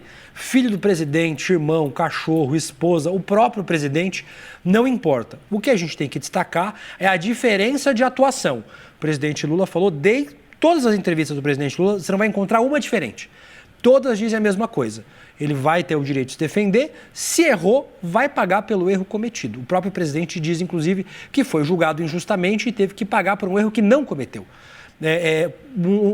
Uma forma de gerir uma crise aparentemente baseada em nada, completamente diferente do jeito como Jair Bolsonaro geriu a crise sobre seus filhos, né, Manu? Inclusive, o então ministro Sérgio Moro pediu demissão. Quebra a narrativa de que... dizendo que o Jair Bolsonaro interferia na Polícia Federal para beneficiar seus filhos. Completamente diferente, né, Manu? Exatamente, quebra essa narrativa de que o governo Lula operacionaliza a Polícia Federal. O pedido veio da PF, chegou ao Supremo, o processo foi distribuído. Dessa vez, quem foi sorteado foi o ministro Flávio Dino, e ele que vai avaliar se há provas para abertura de um inquérito ou se não há nada revelador, e vai determinar o arquivamento da ação. Então, Lulinha pode ser investigado por causa da relação que ele tem com Kleber Ribas, seu amigo que tem contratos firmados com o governo federal. Mas essa investigação em especial diz que Lulinha teria usado de tráfico de influência para possibilitar que o seu amigo Kleber, a empresa dele, Tree Structure, pudesse firmar contrato com a Dataprev. E a Dataprev nega que tenha contrato firmado com a empresa de Kleber Ribas. Portanto, o que se sabe até agora, e aí é o Poder 360 que traz, é que essa empresa tem contratos com o governo, mas elas vêm lá do governo de Jair Bolsonaro. Então, fica complicado dizer que realmente ela conseguiu vencer licitações por tráfico de influência do filho do presidente Lula. A defesa do Fábio Luiz já se pronunciou, disse mais uma vez que é pesca probatória, que é uso político eleitoral, e que o filho do presidente está a dispor da Justiça e da Polícia Federal, inclusive para vir ao Brasil, uma vez que ele mora em Madrid, na Espanha, para prestar qualquer esclarecimento, Will. Uma forma completamente de gerir uma crise como essa, como uma crise de imagem, do jeito certo. Will, eu queria só lembrar rapidinho que a Elô falou, em toda a véspera de eleição aparece o nome do Fábio Luiz. Houve aquele período em que, inclusive, circulou a mansão que ele moraria, que depois se revelou era a sede da Faculdade de Agronomia aqui no interior de São Paulo, em Piracicaba. Sócio da Friboi, que nunca foi. Sócio da história. Dono desta fazenda, aparecia dono da Oi. Dono da Oi. O que não dá é para o cara ser obrigado a provar que ele é inocente até que prove o contrário.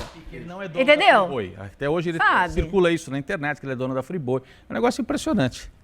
Rodrigo, Elô, vamos... Fizeram uma devassa, né? Eu vou me despedir de você, mano. Fizeram uma devassa nas contas, no sigilo. Certo. Não, é isso. Fizeram uma devassa e não encontraram nada. Sigilo telemático, fiscal, bancário. E aí ficam fazendo essa pesca probatória com o objetivo de encontrar alguma coisa que possa prejudicar a candidatura do presidente Lula. Tal do Fishing Expedition, para quem gosta de falar inglês. Manuela Borges, muito obrigado pela participação nessa terça-feira. Volte sempre. Ótimo dia, beijo grande. Elô, Rodrigo, 9 horas e 14 minutos, a gente vai falar agora mais sobre eleições, o que os pontapés iniciais das campanhas de Lula e Flávio Bolsonaro querem dizer para além dos discursos oficiais. Para responder essa pergunta, a especialista em comunicação política e especialista em marketing político, Vanessa Sanches, analisou os vídeos das convenções dos dois principais concorrentes ao Planalto a pedido do ICL. Vamos ver o que ela disse?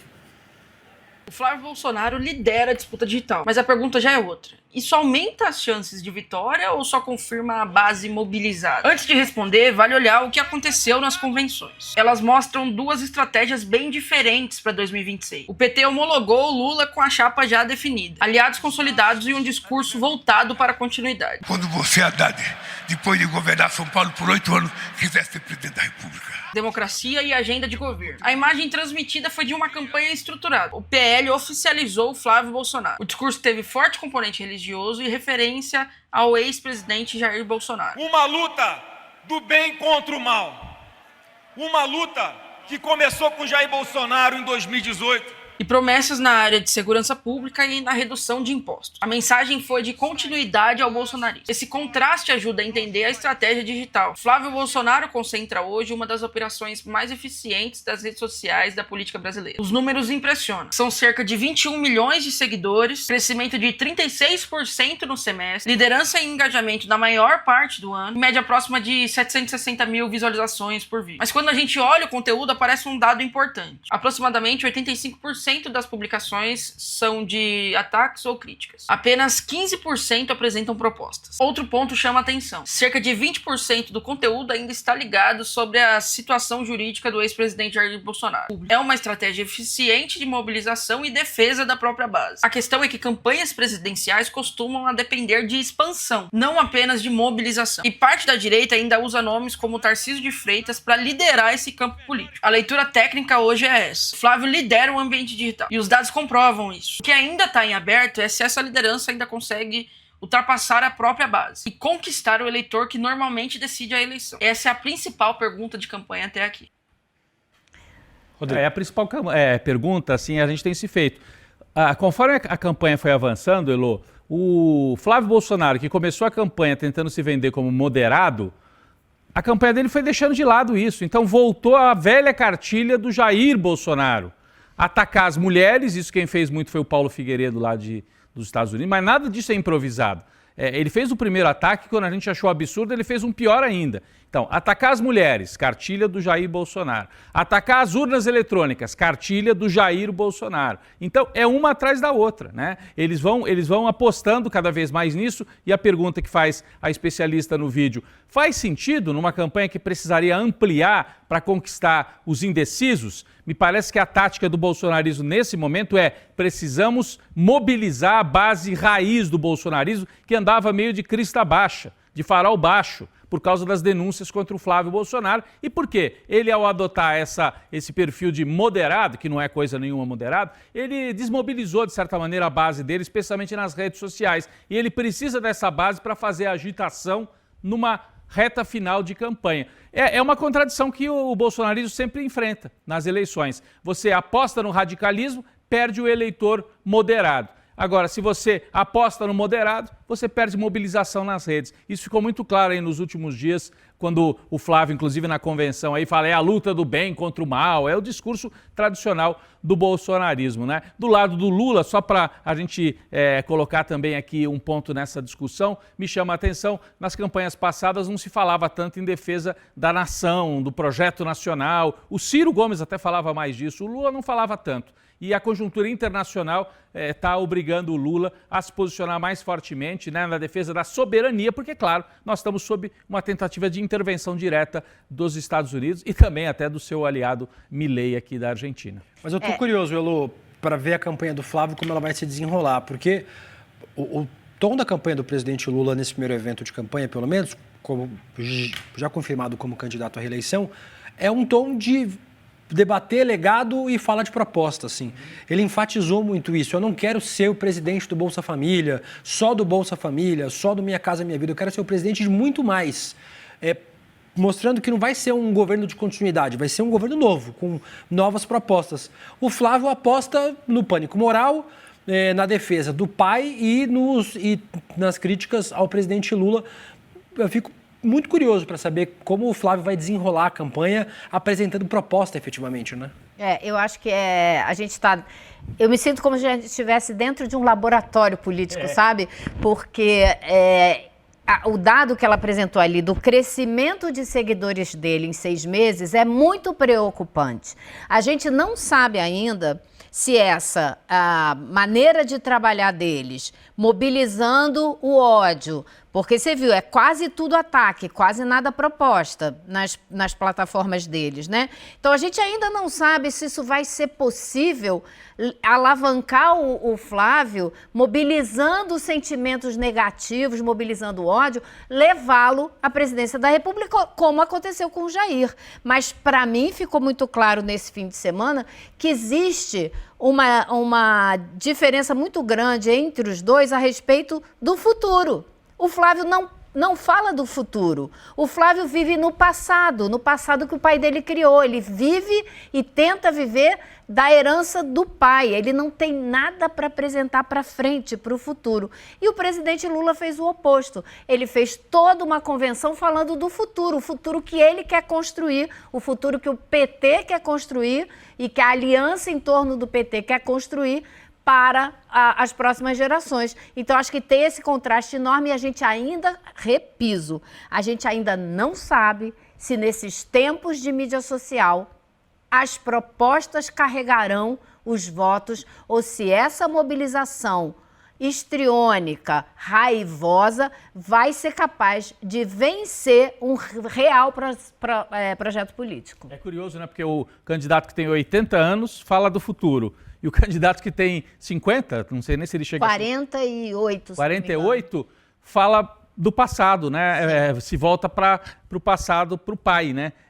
Eu acho muito curioso, mas mostra realmente essa oposição entre uma extrema-direita que não tem programa, né? Quando a gente olha a extrema-direita aqui na América do Sul, está ganhando várias eleições. Eles são fortes para ganhar a eleição, mas para governar, o que eles oferecem? Por isso que me parece um voo curto, assim, da extrema-direita. O Milei ganha a eleição. Aí não consegue oferecer futuro porque o programa deles é de destruição. Está sendo assim na Argentina, está sendo no Chile, está sendo assim na Bolívia. Vamos ver na Colômbia, que acaba, né? Vai tomar posse agora o Espriella.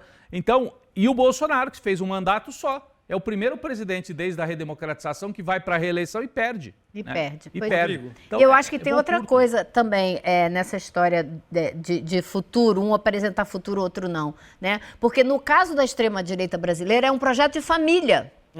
É o projeto da família Bolsonaro. Quer dizer, eles não têm projeto para o Brasil. Isso. E no caso do presidente Lula, não é um projeto do Lula. É um projeto do PT com o apoio de uma frente ampla de centro-esquerda. Então é um coletivo se posicionando e olhando para o país e uma família tentando usufruir do poder. Sabe quem eu quero ouvir a opinião sobre esse assunto também? Cris Serra. Bom Oba! dia, Cris Serra. Tudo bem com você? Já aproveito para te perguntar as suas impressões sobre o que a gente estava conversando. As duas convenções partidárias de Flávio Bolsonaro e de Lula. Lembrando que a gente está esperando a ministra Marina Silva, ex-ministra, candidata ao Senado aqui em São Paulo, está com um probleminha de conexão. Assim que a ministra chegar, a gente embarca a ministra aqui para conversar com ela também. Mas, enquanto isso, queria te ouvir sobre as convenções. Cris, bom dia. Bom dia, Will, Rodrigo, Elô. Quando a Marina entrar, estiver pronta, você me corta simplesmente, viu? Deixa eu falar rapidamente aqui algumas impressões. Eu acho que na convenção do PT, o Lula, mais do que apontar para continuidade, ele aponta, eu acho que o discurso dele fala, sobretudo, de estabilidade. Estabilidade e, como a Elô falou, apontando para o futuro, inclusive porque ele, acho que no ato falho ali, ele anuncia o Haddad como seu sucessor. Tanto que ele percebeu, e aí ele fala, ele dá outros nomes, mas o primeiro nome que ele deu, que ele deixou escapar para 2030, foi o Haddad, né? Aí ele fala também que o candidato pode vir do Piauí, etc. Então, claramente, o discurso do presidente Lula é continuidade, estabilidade, futuro. O Flávio, ao concentrar a estratégia digital dele na herança do pai, né, e nessa mobilização por esse discurso radicalizado, extremado, é porque ele sabe que isso é o que funciona nas redes digitais. E ele precisa disso justamente porque na vida real, digamos assim, né? Porque você tem a vida real e tem a vida digital. Na vida real, a candidatura dele deu uma empacada. Ele não conseguiu agregar outros apoios, não conseguiu trazer outros partidos, né? Não conseguiu formar uma aliança. Ele está com o PL e é o PL. É PL mais PL. Não consegue definir um parceiro de chapa ou uma parceira de chapa. Então, isso, de fato, mantém a candidatura dele numa espécie de banho-maria. Porém, eu não quero dizer que ele não seja competitivo. Eu ainda acho que ele é competitivo, sim. Mas, como deu essa estabilizada, né, esse desânimo meio assim, porque ele não consegue agregar, então, para manter pelo menos a base dele radicalizada, né, e apoiando ele fortemente, para que não desagregue, ele precisa manter essa base mobilizada, e ele faz isso por esse discurso o tempo todo lembrando o pai, etc, a situação do pai, está preso em justiça. Diga. Temos a ministra, Cris. Deixa eu embarcar aqui a ministra Marina Silva para conversar com a gente. Bom dia, ministra, tudo bem? É um prazer receber a senhora aqui no ICL. É um prazer estar com todos vocês aqui também. Muito obrigada. Conversar com a ex-ministra do Meio Ambiente do governo Lula, Marina Silva, nascida em Rio Branco, no Acre, se tornou uma referência na defesa da floresta amazônica e outros biomas ameaçados pela exploração predatória de recursos naturais. Aos 68 anos, Marina deixou o ministério em abril para assumir outra missão, sendo candidata ao Senado pela Rede Sustentabilidade em São Paulo e desponta como uma das favoritas nas pesquisas aqui no Estado, e um Estado que não tem sido muito generoso com o campo progressista, especialmente nessa disputa do Legislativo. Ministra, eu queria começar te perguntando sobre suas expectativas olhando para as pesquisas. Em São Paulo, o cenário parecia meio dado. No ano passado, a gente olhava as pesquisas com o Eduardo Bolsonaro ainda como pré-candidato ao Senado, com o Guilherme Derrite muito bem colocados e as candidaturas do campo progressista muito abaixo. Dessa vez, as pesquisas têm colocado o seu nome e o nome da também ex-ministra Simone Tebet como favoritas, em primeiro lugar, nas pesquisas. Queria que a senhora comentasse um pouco sobre as expectativas olhando para as pesquisas hoje, ministra. Bem, acho que a gente sempre repete aquela frase que já é assim, um chavão do mundo das eleições, de que a pesquisa é a fotografia de um momento. E, obviamente, que a gente tem que trabalhar e trabalhar muito para manter, digamos, uma boa pose na fotografia. Nesse momento, tanto eu como a Simone estamos numa posição que é muito importante e relevante para o nosso campo da chapa Fernando Haddad e Lula, mas sabemos que temos um grande trabalho pela frente de conversar com as pessoas, de mostrar quais são as nossas propostas, de mostrar todos os problemas que temos no governo Tarcísio referente a muitas questões em relação à saúde, em relação à educação, os problemas gravíssimos de violência contra as mulheres que aumentaram de forma assustadora no governo Tarcísio, de conversar com o interior de São Paulo, e nós temos feito isso com muito afinco, dialogando com empresários, trabalhadores, movimentos sociais, com segmentos da sociedade e com os prefeitos, que se mostram muito insatisfeitos com a forma como o governo Tarcísio os vem tratando. Então, vamos trabalhar e trabalhar muito. Em relação ao Fernando Haddad, nós temos um momento que é diferente. Nós estamos praticamente no patamar em que terminaram as eleições em 2022. E isso é um excelente começo, até porque o Fernando está finalizando o nosso programa de governo, ele está muito consistente e irá trabalhar nas inconsistências e nos graves problemas do governo Tarcísio em relação à segurança, em relação à educação, o problema gravíssimo da privatização da Sabesp. Então, vamos aí com o Márcio França, que tem uma forte ação no interior, e o nosso vice-presidente Geraldo Alckmin. Cris. Ministra, é um prazer falar com a senhora aqui mais uma vez. Eu queria puxar um pouco a pauta para o meio ambiente. Todo mundo sabe que é meu objeto de estudo e dedicação.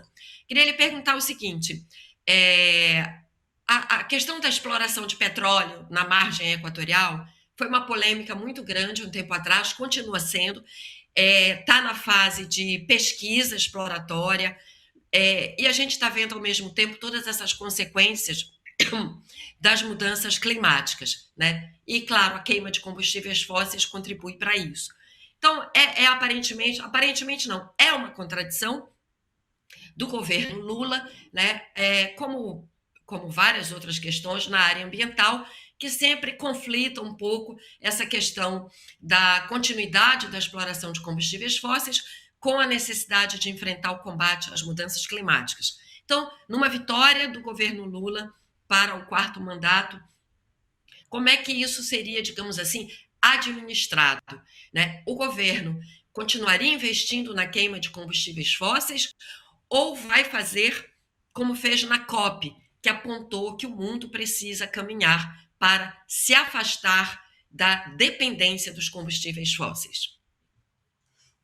Obrigada, Cristiana.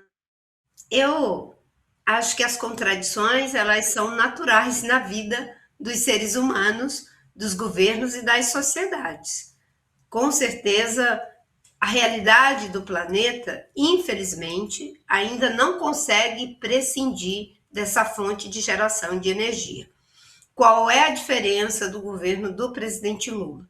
É que mesmo com a contradição, tem o compromisso de, como ele mesmo disse, tanto no segmento de alto nível, com chefes de Estado, quanto na abertura da COP, e em todos os momentos, de que é preciso sair da dependência do uso de combustível fóssil. Para sair dessa dependência, nós temos que ter as fontes renováveis de geração de energia. E aí o Brasil tem uma grande vantagem comparativa, que é o fato de já termos uma matriz energética de 45% limpa e uma matriz energética mais de 90% limpa, de sermos o país que investiu nos últimos 50 anos nos biocombustíveis, e que isso pode ser uma energia de transição não só para o Brasil, mas para ajudar o mundo a fazer essa transição. E estamos investindo de forma muito forte na questão das energias limpas. Não por acaso, o próprio presidente Lula falou de forma muito corajosa que é preciso fazer esse mapa do caminho, e foi além de que a Petrobras tem que deixar de ser uma empresa de exploração de petróleo e se tornar numa empresa de geração de energia. Como você mesma disse, a margem equatorial, ainda, no caso aí, a foz da Amazônia, porque a margem equatorial é bem ampla, bem grande, e nós temos a bacia Potiguar, que é uma bacia que já está explorando. A novidade é a foz do Amazonas, que é uma bacia desconhecida. Se a bacia de Campos é altamente conhecida, a foz do Amazônia é totalmente, não totalmente, mas muito desconhecida. E é preciso que se faça o que se chama de avaliação ambiental para a área sedimentar. Essa avaliação ainda não existe, mas como a prospecção vai durar de 3 a 5 anos, é tempo suficiente para que se faça esses estudos. Nesse prazo de 5 anos, eu espero que as soluções em relação a hidrogênio verde e tantas fontes de energia que temos sendo exploradas e estudadas, elas possam avançar. O certo é que o governo tem uma NDC ambiciosa, tem uma das principais fontes de emissão de CO2 com um compromisso que nenhum país tem, que é de zerar desmatamento até 2030. O bom é que, no caso do presidente Lula, ele reconhece as contradições, ele mesmo falou isso no seu discurso, em que pese as contradições, elas estão aí para serem enfrentadas, e está propondo o mapa do caminho, que está na fase de finalização das diretrizes para orientar o conjunto do governo a como fazer esse mapa do caminho. Ministra. A França já fez o seu, a Noruega está fazendo o dela, e o Brasil também. A gente tem mais uma pergunta, o Rodrigo Viana vai fazer para a senhora. Eu queria voltar aqui para a campanha eleitoral de São Paulo, ministra Marina Silva, o Rodrigo. A gente olha a chapa do lado de lá, a chapa do Tarcísio, só tem homem, né? Só tem homem. E aí os dois candidatos ao Senado são dois homens, inclusive um deles, Derrite, ex-secretário de Segurança, responsável por uma política de matança em São Paulo. Eu queria saber o peso que vai ter na campanha aqui de São Paulo o fato de termos duas candidatas mulheres. A gente tem visto como isso está mobilizando, inclusive a extrema-direita coloca a gente lá dos Estados Unidos para dizer que mulher nem deveria votar. Se isso vai ser mobilizante, vai ter um papel central, né? A própria figura das duas candidatas já diz muito, e dos dois candidatos do outro lado também. Queria saber disso na campanha pro Senado e também para governador e presidente no estado de São Paulo.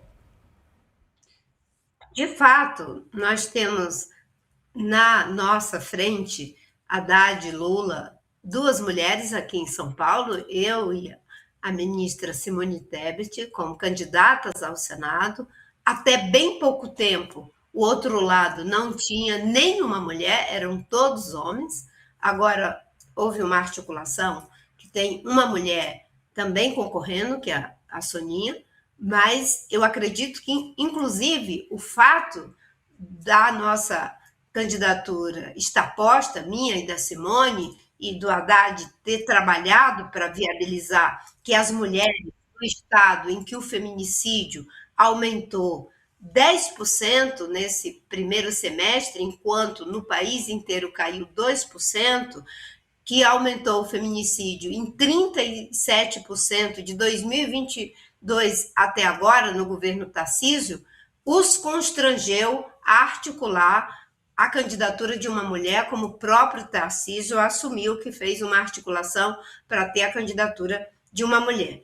No caso, eu e a Simone, desde o começo, estávamos postas e fomos construindo essas candidaturas para tratar das questões relacionadas tanto aos direitos das mulheres, mas como a contribuição que nós podemos dar para um Estado que é o Estado propulsor do desenvolvimento do país. São Paulo está ficando para trás na economia, enquanto o Brasil cresceu entre 2,8% e 3%, São Paulo cresceu 0,5%. São Paulo está ficando para trás em educação, está ficando para trás em várias questões que ele tem todas as condições de andar para frente. Então, é esse o processo que nós estamos trabalhando e temos certeza que haveremos de dar uma grande contribuição, sobretudo porque estamos dispostos a debater propostas,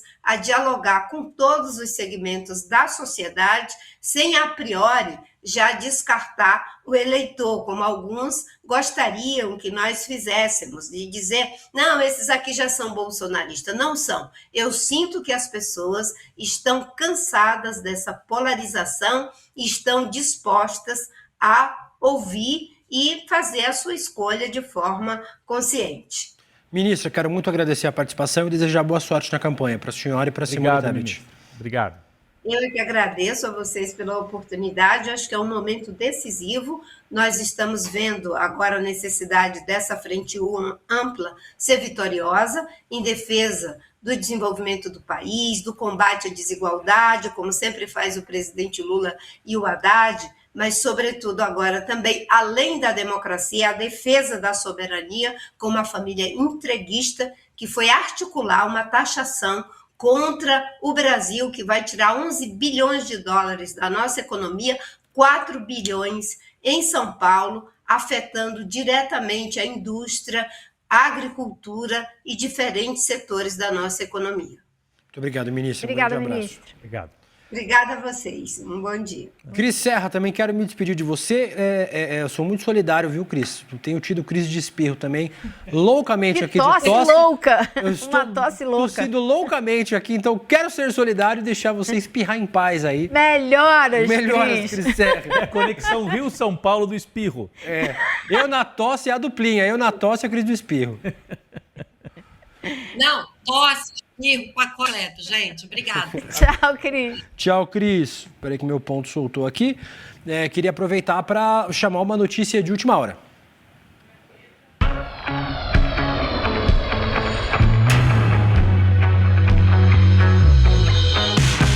investigação policial mira um grupo suspeito de planejar ataques durante o período eleitoral.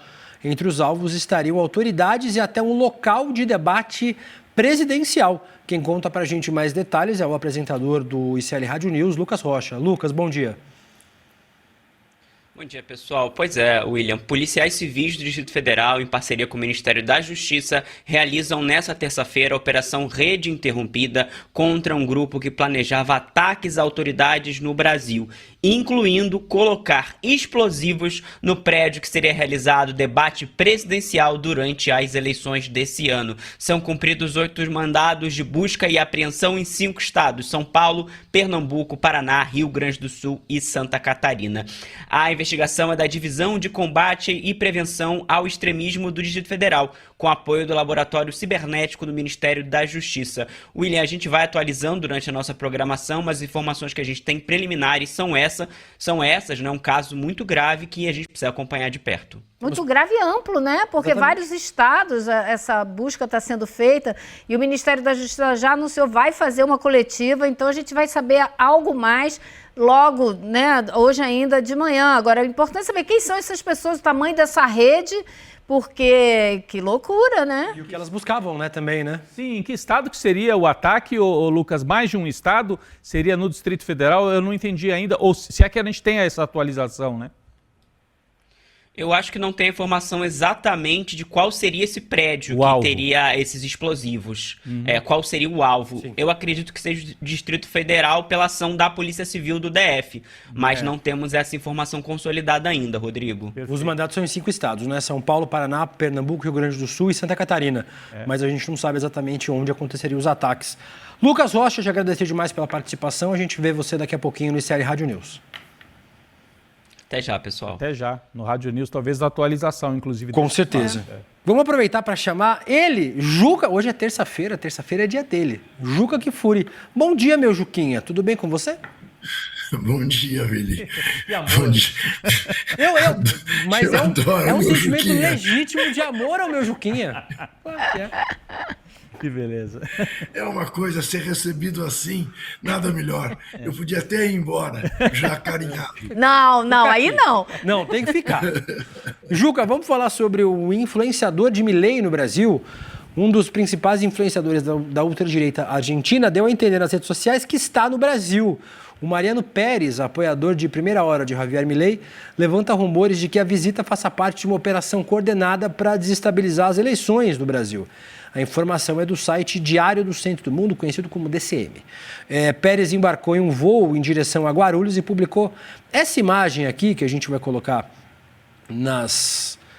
para vocês, em que sugere estar no mesmo voo que Alexandre de Moraes. Em cima escrita ajuda, que é ajuda, né?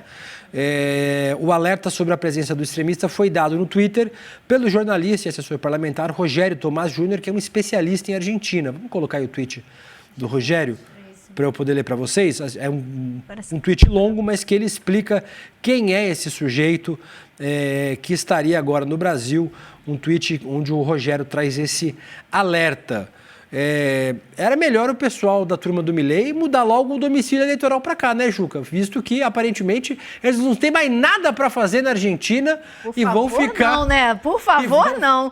E vão ficar tentando interferir na eleição brasileira, Juca. Não tem mais nada para fazer na Argentina? Não tem um probleminha para resolver aí?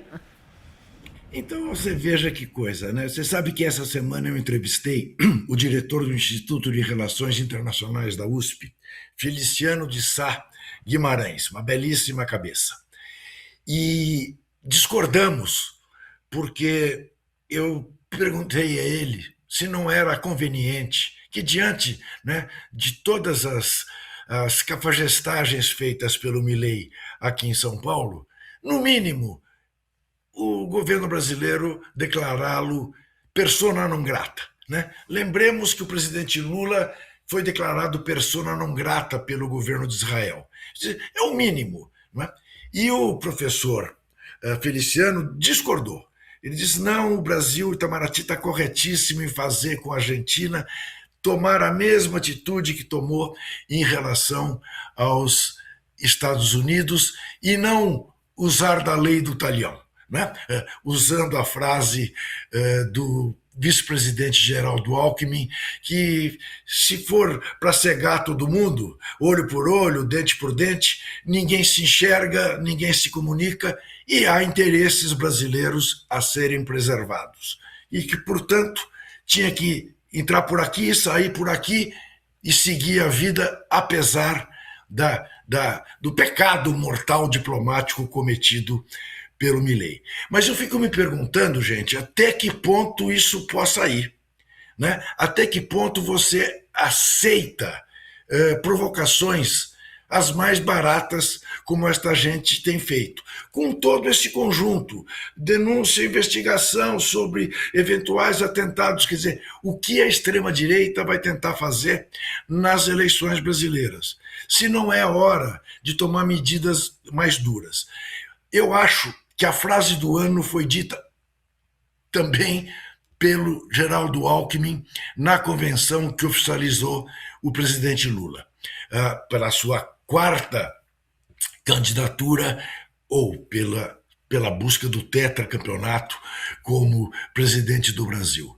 Foi aquela frase em que o Alckmin disse que as urnas eletrônicas brasileiras são tão confiáveis que no Brasil, americano e argentino não votam. E eu acho que é por aí mesmo. Você tem que ser firme nas declarações, mas ser firme também nas ações. Porque não é possível. Daqui a pouco você vai ter uma porção de Paulos Figueiredos falando castelhano, falando inglês, invadindo o Brasil. Qual é o limite disso? Quer dizer, negar visto para esta gente é competente, é correto, né? Eu sei que em relação aos países da América do Sul não é necessário visto, mas você pode perfeitamente impedir a entrada, porque senão você aceita que as pessoas venham à sua casa e, além de cuspir no chão, cuspam no seu rosto. E tudo bem, né? Eu temo que isto revele fragilidade. Então, eu posso estar rigorosamente enganado, não nasci para ser diplomata, né? Tanto que sou jornalista, mas eu me preocupo com o estabelecimento de limite. É que nem criança. Detesto a ideia de dar palmada em criança, mas estabelecer limite você precisa estabelecer. Olha, Juca, no quesito palpite é livre, cada um tem o seu, né? E eu não sou diplomata também, mas eu vou discordar frontalmente com você e vou concordar com o seu entrevistado. Na área da diplomacia, eu acho que é isso mesmo, não se deve dar a importância que eles estão querendo ter, não se deve dar uma resposta diplomática dura, porque esses governos passam, os estados ficam. Essa nunca foi a relação do Brasil com a Argentina, isso é um ponto totalmente fora da curva. Eu acho que o que é preciso fazer é sim ficar de olho em tudo que está acontecendo. Quem está entrando, o que está fazendo, botar a polícia para agir. Porque aí sim você vai pegar, se eles estiverem fazendo coisas que não deveriam, se estiverem infringindo as leis. Agora, a gente tem um outro problema sério aqui, que é a maneira como a gente não consegue, especialmente nesse ano, com o TSE, com a configuração que ele tem, controlar o que vai nas mídias sociais. Isso eles podem fazer da Suíça, da Espanha, da Argentina, da China, de qualquer lugar, porque eles têm acesso às mídias sociais. Esse, para mim, é o grande problema. É por onde esses ataques, a difusão de mentiras vai acontecer. E isso, sim, a gente precisava controlar de uma maneira muito forte. Agora, se a gente puder voltar naquela foto que ele publicou lá na internet do ministro Alexandre de Moraes no avião e botar ela na tela, porque eu achei muito esquisita essa foto. Me parece uma montagem danada. De longe, assim, não dá pra gente ver, mas eu olhei de perto essa foto e a impressão que a gente tem é que ele tá usando aquela, no seu nome correto, aquela capa que eles usam no Supremo Tribunal Federal, porque tem a cordinha dela ali, né, em volta dele. Então ele tá usando... Ninguém entra de toga. Obrigada, alguém tem memória aqui. Ninguém entra de toga no avião, muito menos no STF, eles só botam a toga na hora que vão para a sessão. Então isso é obviamente uma montagem. Note a desproporção do tamanho tronco do ministro Alexandre de Moraes em relação ao avião. Ele parece um gigante. Evidentemente, essa foto é uma montagem. Mas o que também não chega a ser nenhuma surpresa, porque esta gente é especialista em falsificações, né? A gente bem gente sabe, mente que nem né? sente. Ô, Juca... Não é isso, né? E Agora, mostra... desculpa. Oi.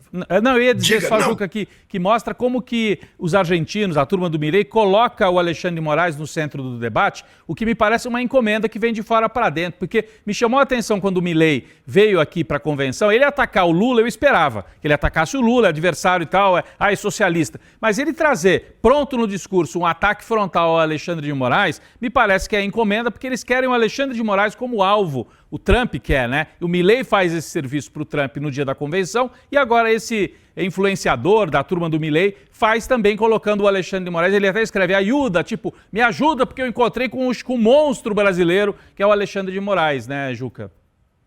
Não, pois é, sabe, a Elô sabe perfeitamente, nas nossas internas, a capacidade que ela tem de me convencer. Eu somo a opinião dela ao do professor Feliciano, que eu recomendo que se veja, uma entrevista que eu fiz na TVT, porque o cara é um craque, mas...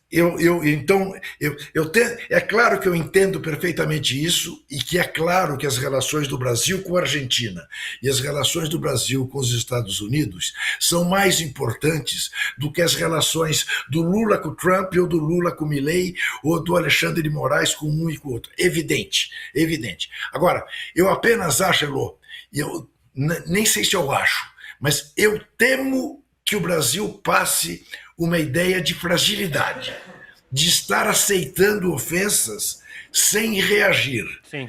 Porque, veja, o Esse Brasil Flávio é tão Bolsonaro... maior que a Argentina que não dá, entendeu? Sim, sem dúvida, mas veja bem, o Flávio Bolsonaro está com um discurso, vocês já devem ter cansado de ouvir, que o Brasil está isolado, que é das coisas mais ridículas, né? Do cara que defendeu um governo cujo ministro das Relações Exteriores admitia que o Brasil tinha se transformado em pária.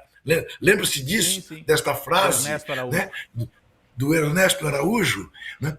Um presidente como o Lula, que vai para a Europa, vai para a Ásia, vai para a África e é recebido com tapete vermelho e o diabo a quatro, né? Presidente que vai à porta para recebê-lo, enfim... Nunca antes neste país o Brasil teve relações internacionais tão saudáveis e o Brasil foi tão respeitado, mas esse discurso, somado ao fato desta onda de direita na América do Sul, eu acho que o Brasil, de alguma maneira, precisa se impor diplomaticamente de uma forma que eu não estou vendo. Mas pode ser que eu é que esteja radicalizando demais. E aí eu recorro ao que o presidente Lula sempre diz, que quando ele se queixa da extrema esquerda, ele ouve do Celso Amorim. Juquinha, não é bom. Diga. Preciso encerrar com você. Gosto muito de te ouvir na pauta internacional, mas preciso encerrar com você nessa terça-feira, porque minha diretora está dizendo que temos que correr aqui. Olha, então corram e sejam felizes na corrida, porque eu daqui saio para minha caminhada matinal. Boa. Beijo, Juca. Obrigado pela participação Tchau, de Juca. novo. Obrigado. Deixa eu aproveitar para chamar vocês para a aula do professor Castro Rocha. A mobilização política virou mercadoria na mão da extrema-direita. Campanhas bilionárias de doação, criptomoedas duvidosas, venda em massa de produtos para a base eleitoral se tornaram uma fonte de renda lucrativa para esse movimento. A origem e destino desta grana são explicadas na próxima aula aberta do ICL, a Siga o Dinheiro, no dia 13 de agosto, 8 da noite, mais conhecido como não essa quinta-feira, a outra. O professor João César de Castro Rocha vai revelar as estratégias do extremismo para cativar e ganhar dinheiro com os seus seguidores. Você não pode perder essa aula fundamental para entender o que está em jogo nessas eleições. Professor Castro Rocha, Eduardo Moreira, dia 13 de agosto, 8 horas da noite. Você se inscreve no nosso link icln1.com.br. Garante sua inscrição, é de graça, não paga nada. e você tem uma baita aula. O professor Castro Rocha, vocês acompanham aqui sempre na programação, sempre é um prazer ouvir o professor, em especial sobre esse tema da extrema-direita, que ele é um especialista. Então se inscrevam aí, icln1.com.br. Dito isso, Rodrigo e Elô, vou fechar a nossa enquete sobre o cofre de Eduardo Bolsonaro. O que mais precisa ser esclarecido? 68% das pessoas acham que todos os pontos, origem do dinheiro, existência do cofre e a compra de apartamento, a maioria dos nossos espectadores quer que tudo seja esclarecido, concordo com os nossos espectadores. Na minha época de escola, isso chamava todas as respostas acima. Isso, entendeu? todas as alternativas anteriores. É uma excelente resposta. Lembrar vocês que hoje, terça-feira, temos reprise de Precisamos Conversar, um papo com a atriz Samara Filippo. Vamos ver o convite que a Ju Baroni fez para descobrir os assuntos dessa vez. Hoje no Precisamos Conversar vamos ter a convidada Samara Filippo. Ela vai explicar como o bullying é diferente do racismo. Vamos falar também sobre a não romantização da maternidade e sobre o papel da madrasta. Não perca, 19h, depois do N2. 6h30 da tarde. O papel da madrasta, eu acho que o Flávio Bolsonaro... O Flávio pode explicar. Isso.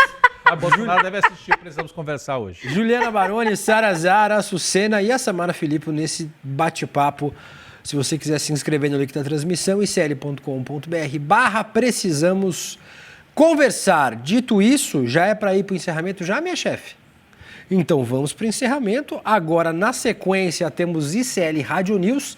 Vamos acompanhar repercussões sobre a informação que o Lucas Rocha trouxe agora há pouco dessa operação da polícia, planejamento de atentado durante as eleições. A Roberta Garcia e o Lucas Rocha trazendo mais informações sobre essa operação e outras operações da PF na manhã desta terça-feira. Também vamos falar sobre outros assuntos. Gostei da chamada do Rádio News, né? Esquecidos no churrasco, você viu? Isso, esquecidos no churrasco. É a turma que foi jogada fora aí, a direita jogou fora alguns. Exatamente. Foram preteridos aí na disputa desse ano. Na sequência, nós também teremos o ICL Mercado Investimento, que dessa vez não tem textinho, mas sempre assistam, que a Débora é excelente, tenho certeza que o programa vai ser muito bom. E na sequência, Rodrigo, tem o quê? Na sequência tem o quê? Tem o quê? Tem rolê? Tem um rolê no meu canal, no canal De Luca. O link está aí no chat para vocês. Que ainda não... Passamos de 11 mil inscritos aí em uma semana. Então, agradecendo a todo mundo que já está colando com a gente. O programa faz parte da incubadora ICL. Então, é produzido pelo canal De Luca, mas também é transmitido aqui no ICL Notícias e nos canais Eduardo Moreira. 11 horas da manhã, eu e o nosso querido Guga Noblar no rolê. Eu acho legal isso, né? Também. Produzido pela William De Luca Produções. Exatamente. Tem o William e o De Luca também, né? Tem bastante gente. Isso, é a empresa de William e De Luca. São os dois sócios. São os dois sócios da empresa aí. Mais um projeto bacana. Vai ter novidade, Você inclusive. nunca tá sozinho, né? Nunca Tem sempre tô o sozinho. Lio e o De Luca, né? Nunca ando só. Vai ter mais novidade aí na incubadora. Logo menos novos projetos aí na nossa incubadora, que vai trazer programas inéditos aqui para o ICL também. Todas as semanas, não posso dar spoiler, mas já vai ter novidade para vocês. Dito isso, Rodrigo Viana, muito obrigado. Prazer. Querendo deslizar aqui para o N1 do Urgente. Fique à vontade, né? Exatamente. Já você vai estar no Urgente? Hoje tem N2 também? Não, muita coisa. Eu estarei no ICL Urgente a partir de 5 horas da tarde com as principais notícias do Brasil e do mundo, inclusive essa operação. Nós temos que trazer atualização o dia todo desta operação que conseguiu debelar aí um atentado. Parece que eles queriam fazer um atentado à véspera da eleição. Sem N2, é só Urgente hoje. Só urgente. Eu só no Urgente, mas o N2 vem ao vivo com a Gabi. Heloísa Vilato, você vai ficar um tempinho com a gente aqui, né? Eu ouvi dizer, me contaram que terei o prazer de sua companhia por um tempinho aqui. Ah, vai ter que aguentar aí umas 3 semanas. Vou ficar aqui te incomodando todo dia. Zagalo, Heloísa Zagalo, vão ter que me aturar. Vão ter que me aturar. Não querer devolver, você ficar aqui para sempre. Brasília nunca mais. Elô, Rodrigo, muito obrigado. A gente volta. Elô. Obrigada. A gente volta amanhã com o ICL Notícias, primeira edição, a partir das 8 horas da manhã. Tchau. Você percebeu que culparam o número 13 pela derrota brasileira na Copa? E isso não é coincidência nenhuma, porque de um jeito ou de outro, eles encontrariam um inimigo para colocar, porque a estratégia da extrema-direita depende de sempre, a todo instante, todos os dias, ter um inimigo, não só para atacar, mas para marketear. Porque a extrema-direita, no final das contas, é um grande, talvez hoje no mundo, o maior dos negócios. E essa visão nunca foi verdadeiramente compreendida pelas pessoas. O professor João César Castro Rocha, maior especialista no Brasil em extrema-direita, professor do ICL, resolveu fazer uma investigação a fundo. E o resultado? Uma aula, no dia 13 de agosto, às 8 horas da noite, uma quinta-feira, sobre quem financia a extrema-direita no Brasil. O resultado é chocante, inacreditável. E chamem todos seus amigos para assistir também. No ICL, o conhecimento transforma realidades. São mais de 300 cursos com alguns dos maiores nomes do Brasil, em economia, política, filosofia, história, finanças pessoais, autoconhecimento e muito mais. Aqui, cada aluno faz parte de um projeto único, 100% independente e financiado pelos próprios estudantes. É graças a quem se torna aluno que o ICL existe e o jornalismo livre chega até você. Se inscreva agora em icl.com.br e torne-se aluno. Estude, apoie e faça parte da revolução do conhecimento.